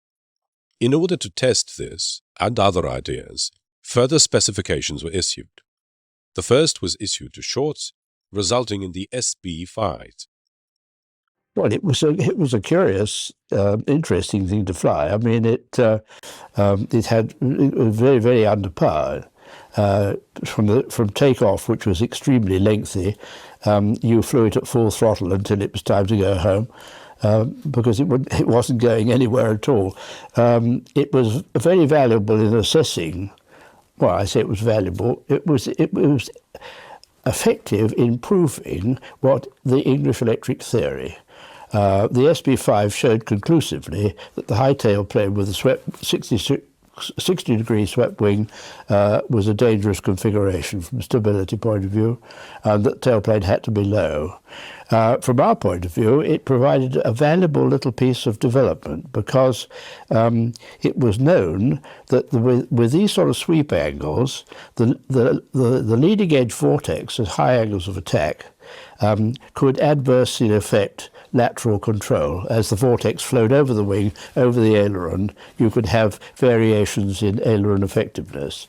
The RAE had already identified this and were recommending to Wharton that we should have big wing fences on the P-1, like the Hunter. Our aerodynamicists said, no thank you, fences are a drag, we don't want to have that. We will create a pressure fence by cutting small chordwise slots on the leading edge of the wing in areas which were needed for inward vent valves for the fuel tanks. They put the intakes of the vent valves at the back end of these slots, and the slots in fact effectively transferred airflow up over the wing, controlling the vortex as you got to a high angle of attack. We tested this on the SB-5. It worked like a charm. We could go from the variations in aileron effectiveness without them at high angles of attack to no variations at all with these chordwise slots. So we cut those slots in the P-1 for the first flight, and they remained on the Lightning for the whole of its life. It was a good little program.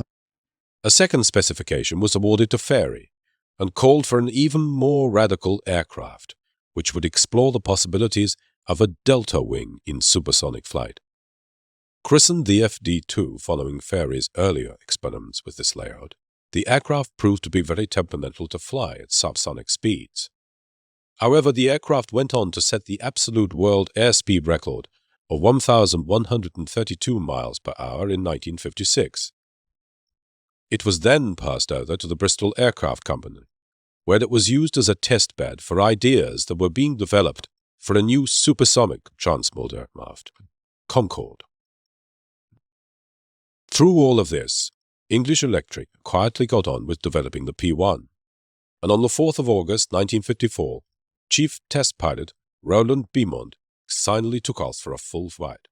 We'd done a week of taxiing to test the brakes, test the steering, more importantly to test the drag chute, the braking parachute.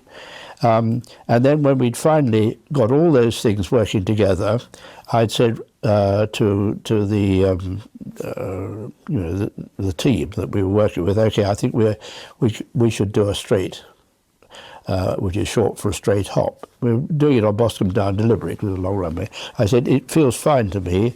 We've tested it to nose wheel lift. I'd like to do a straight before we commit ourselves to flying, and let's do that next time.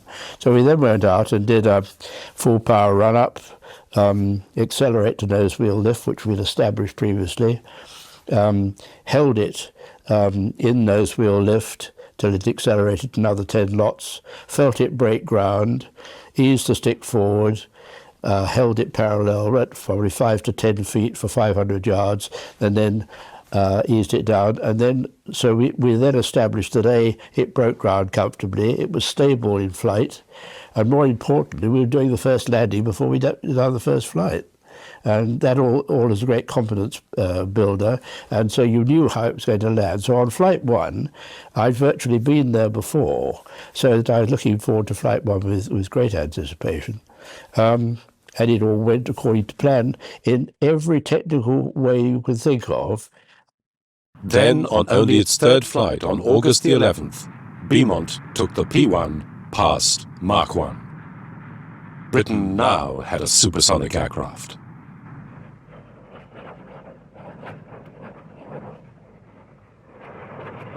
So next flight was flight 3, and we planned it on the third flight as a normal professional plan to take it up to 40,000 feet, accelerate to 450 knots and see what happened on the Mach meter and how it behaved in control and stability.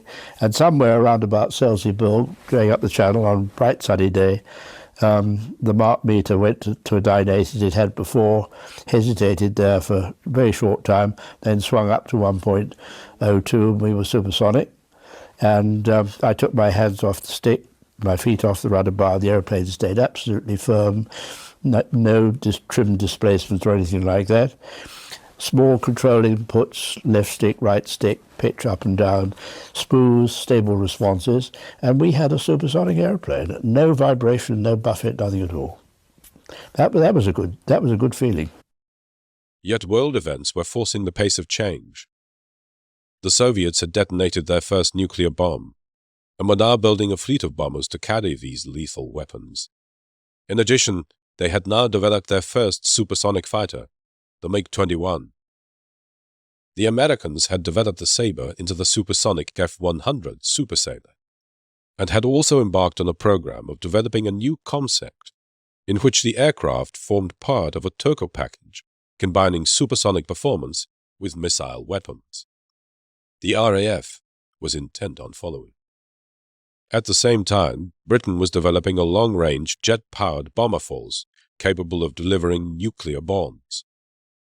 It was envisaged in a white paper delivered in 1957 that these V bombers would form Britain's deterrent force.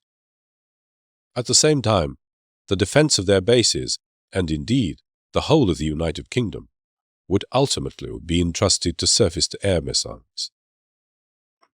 In the meantime, air defense lay with the all-weather Javelin.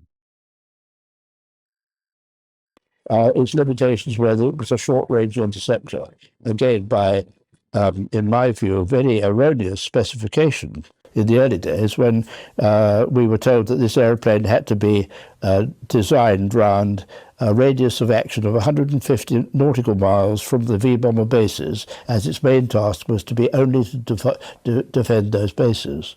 Well, this limited the aeroplane enormously, and I actually went, after the first flight of the Lightning, I wrote a very positive handling report on it, and I concluded by saying, however, despite all that's gone before, we will never stand a chance of exporting this Lightning anywhere around the world until we double the internal fuel capacity.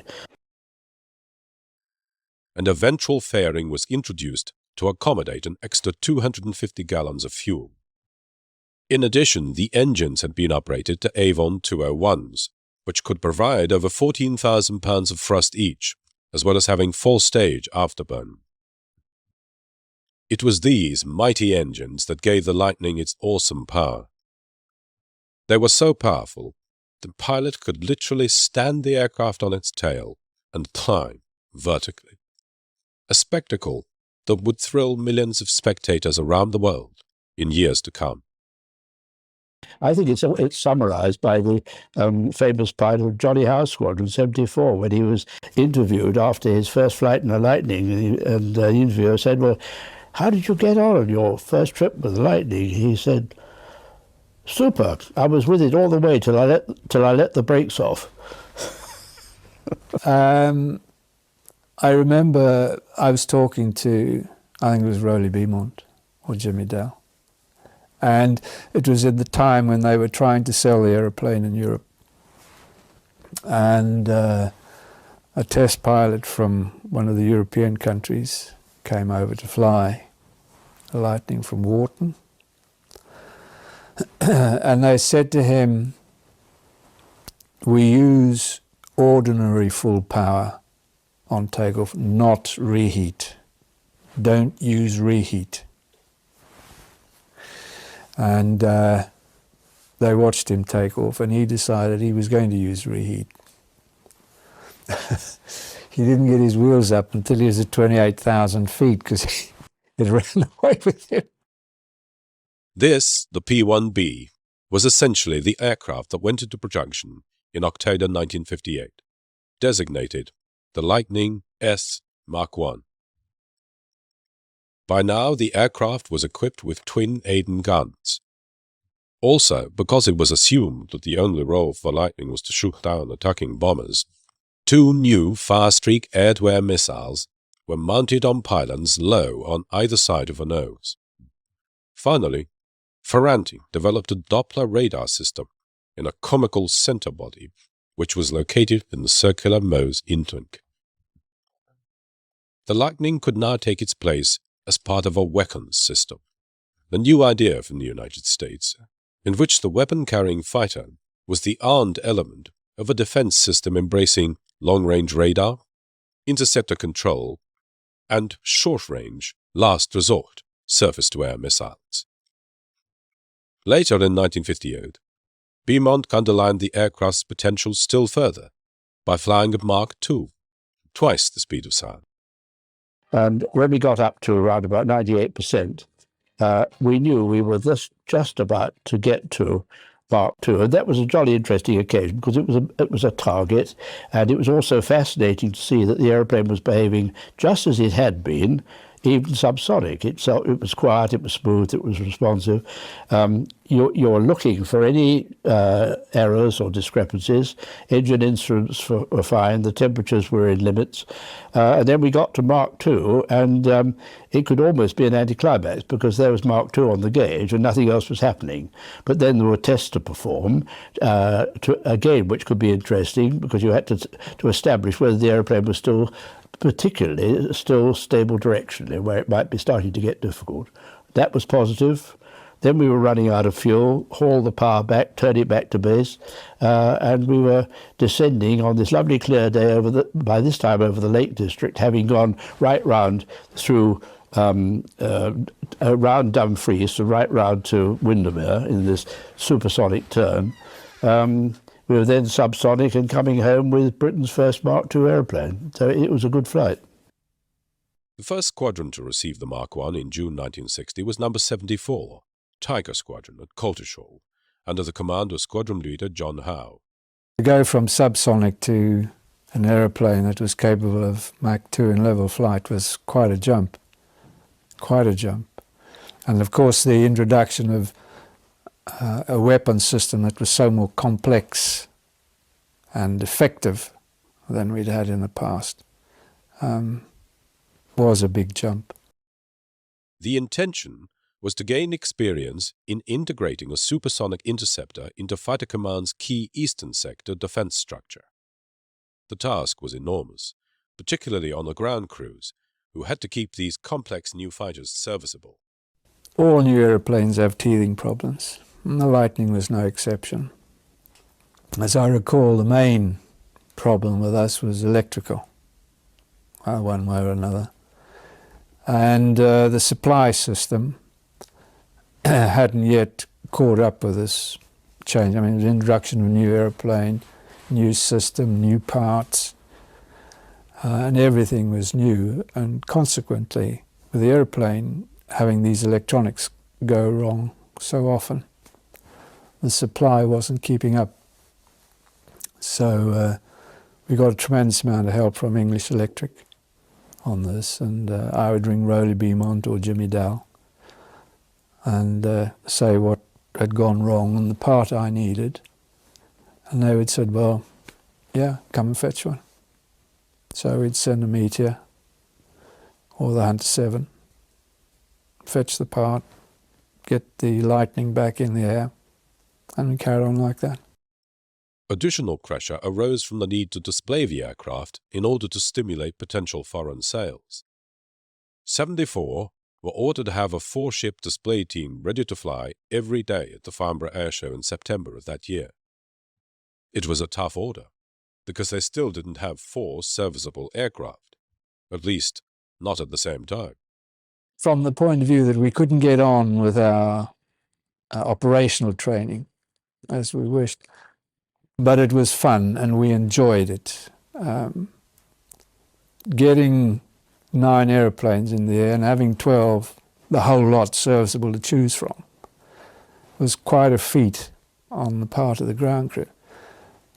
But I worked out that to train a formation aerobatic team of 9, I only needed 3 airplanes, because nobody has more than 1 between him and the leader.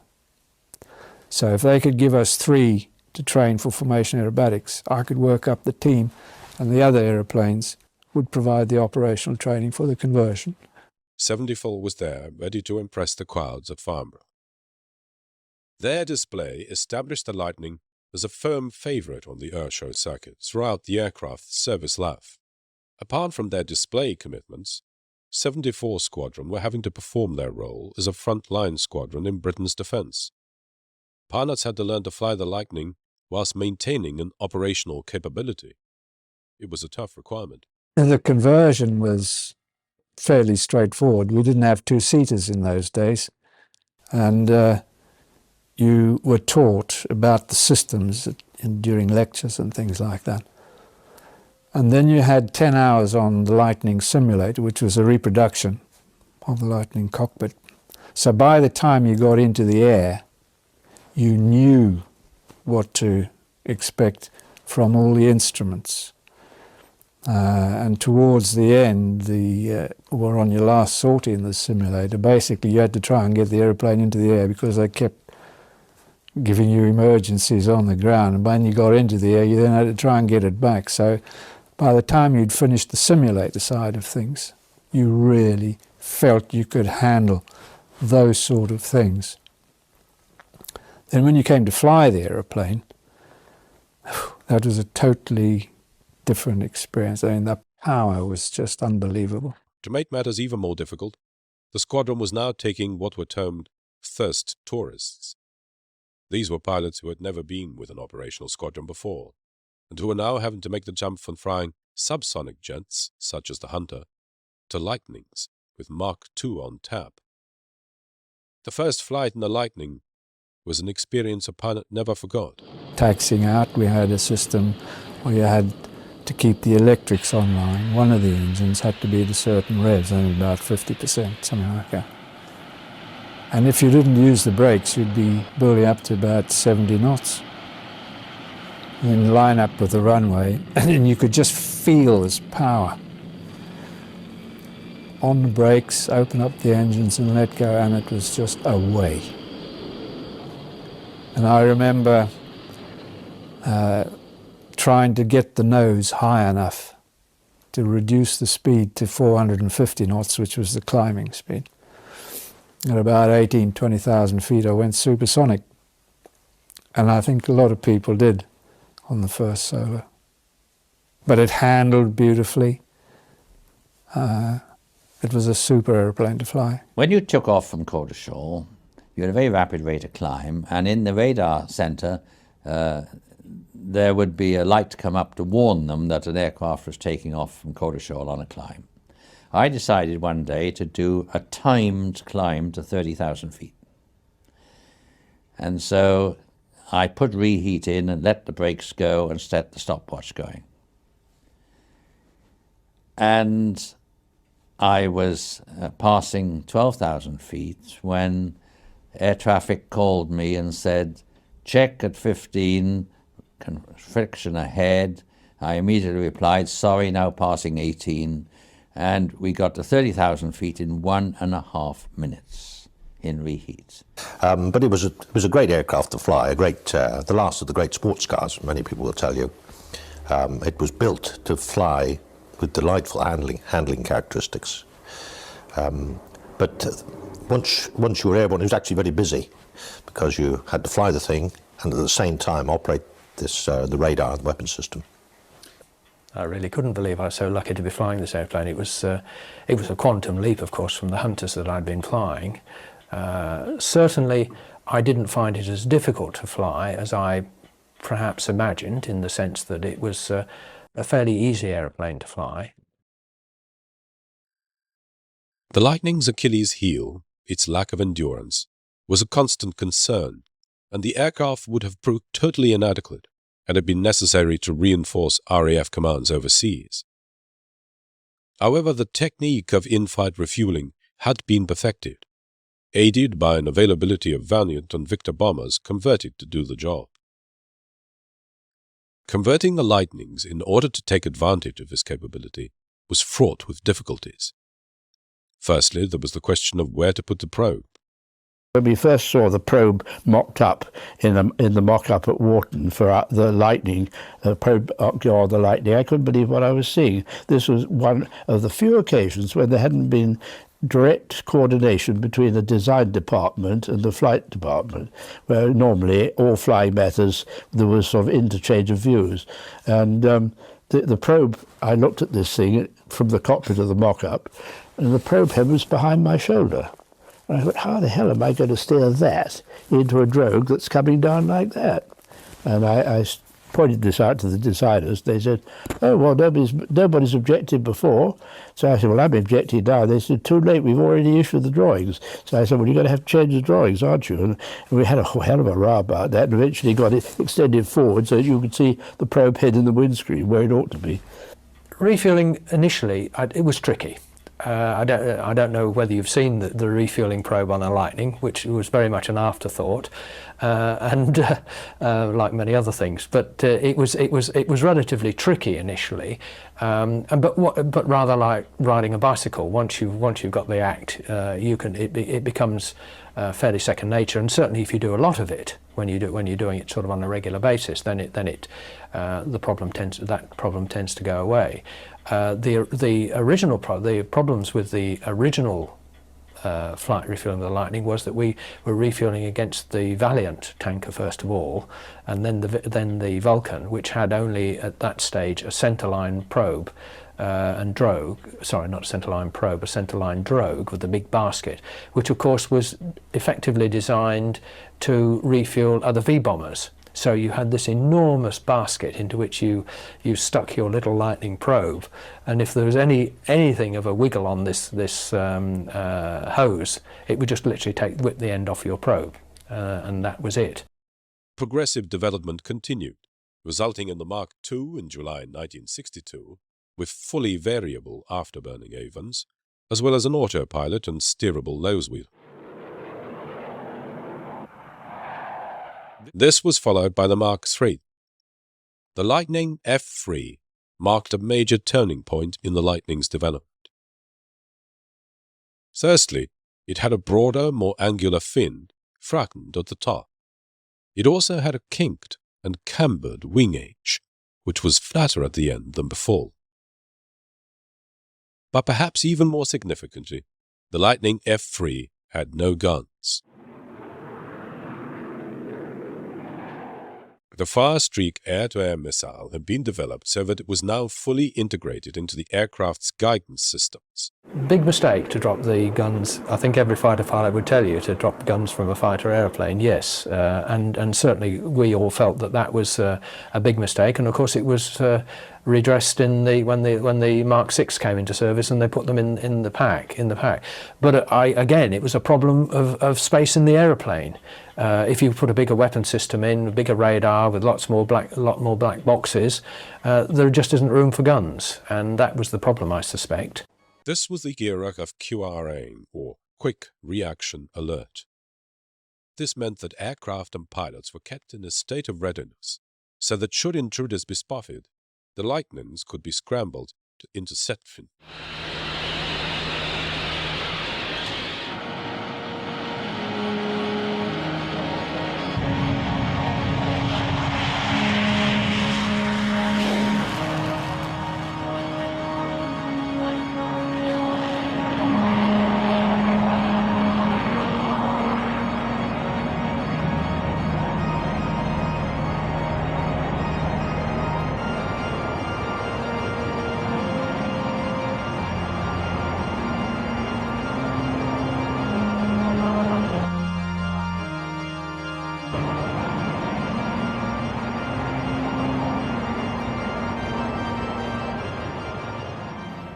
Our role was to intercept far enough out over the North Sea, basically high or low level, to prevent them from firing missiles at us.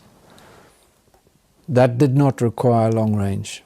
What we had to be able to do is react quickly, get out there fast, fire, get back, turn around and out, and back and out and back.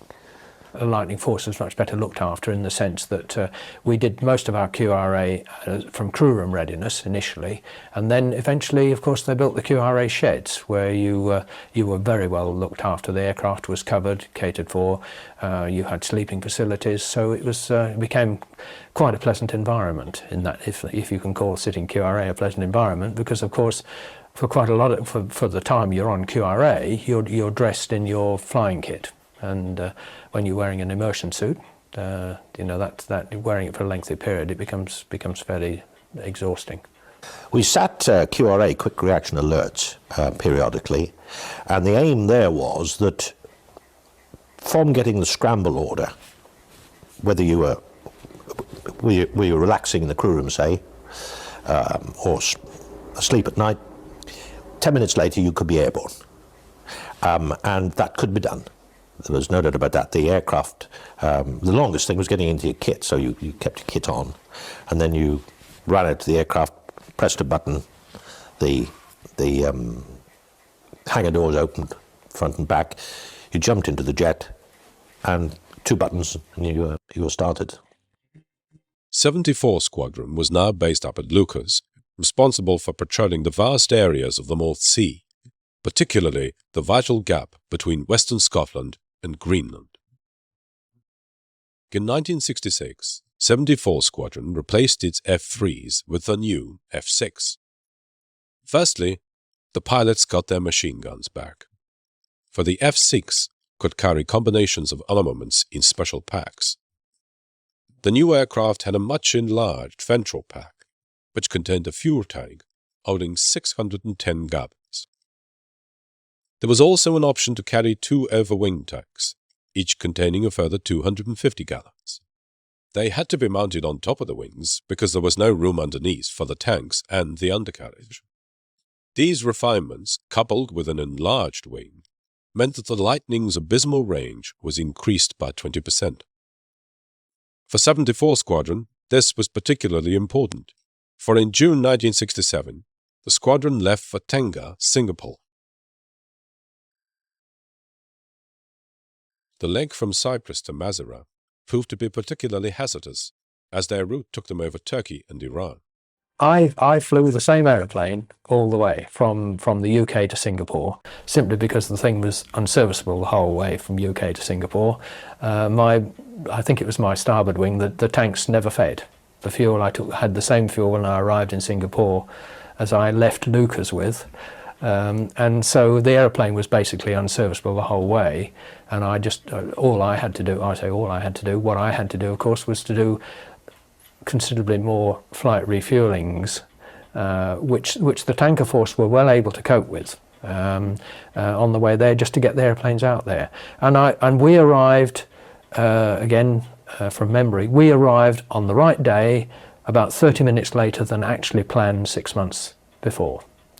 So I got there with my 3 airplanes virtually on day, on time. And that to me was a tribute to the success of the planning, particularly by the tanker force.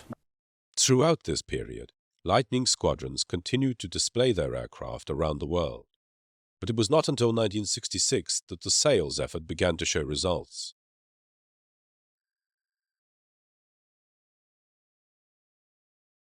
What we had to do was to explain to the Saudi Arabians that if they bought a Lightning with all its enormous capability, it wouldn't be the Lightning that the Air Force was restricted with, which was the Mark VI, but that it would have additional capabilities of reconnaissance, up to supersonic speed reconnaissance, underwing stores, rockets or bombs, 2-inch rockets. It was a multi-role airplane, and overwing tanks as well. We had done all of these things separately. Now we were going to bring them all together, except for the Vinton camera pod, if the Saudis wanted it. They came over and they did an evaluation. They said, we will not entertain thoughts of having your airplane until our test pilot tests it, you see. And they sent a chap over by the name of Captain Hamdan and said, we will fly your Lightning. And we said, okay, fine. What experience has he had? And they said, he's current on Sabres. And I said, yes, well, that's all right. A Sabre pilot could convert onto a Lightning with some duel. There won't be time for that, the Saudi authorities said. He'd do one dual flight and then one solo flight in the Lightning. And during that solo flight in the Lightning, he must go to Mark II. So this was a chap who was going to do his first solo flight on a Lightning and go to Mark II on one flight. I mean, it throws the Lightning conversion unit at Coltishore and things into complete disarray, a thought like that. The Lightnings exported to Saudi Arabia and Kuwait were variants of the Mark VI, but with ground attack capability, as well as versions of the 2-seater T5.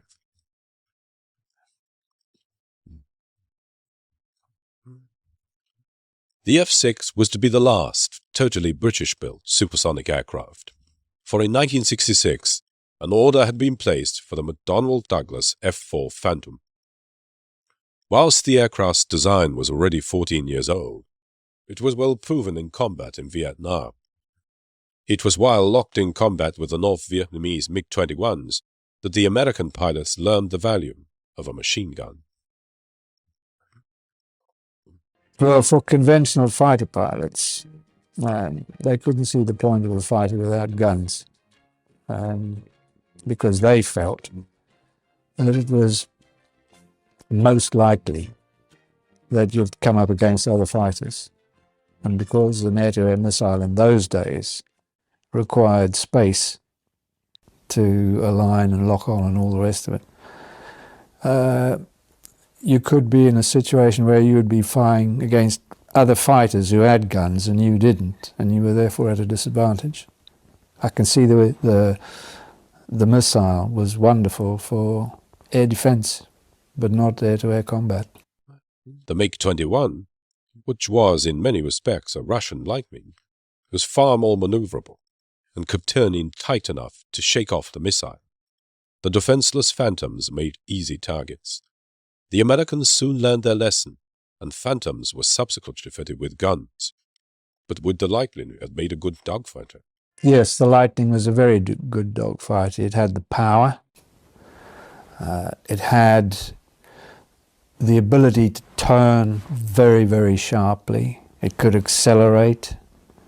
It really was, I thought, a good dogfighter, yeah.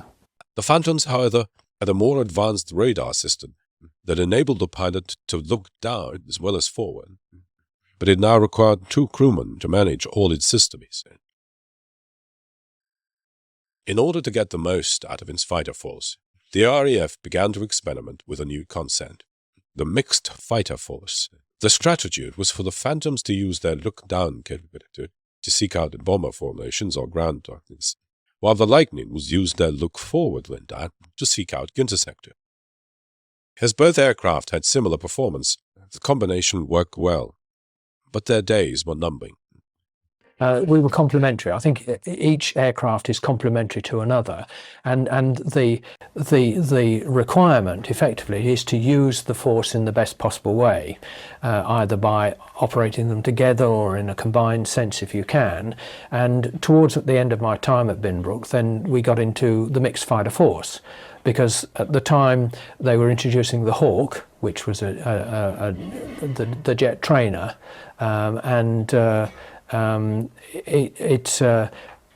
it had no, if you like, no radar capability at all, so it needed to be led into the fight or led into the bomber stream, although it had a weapons capability.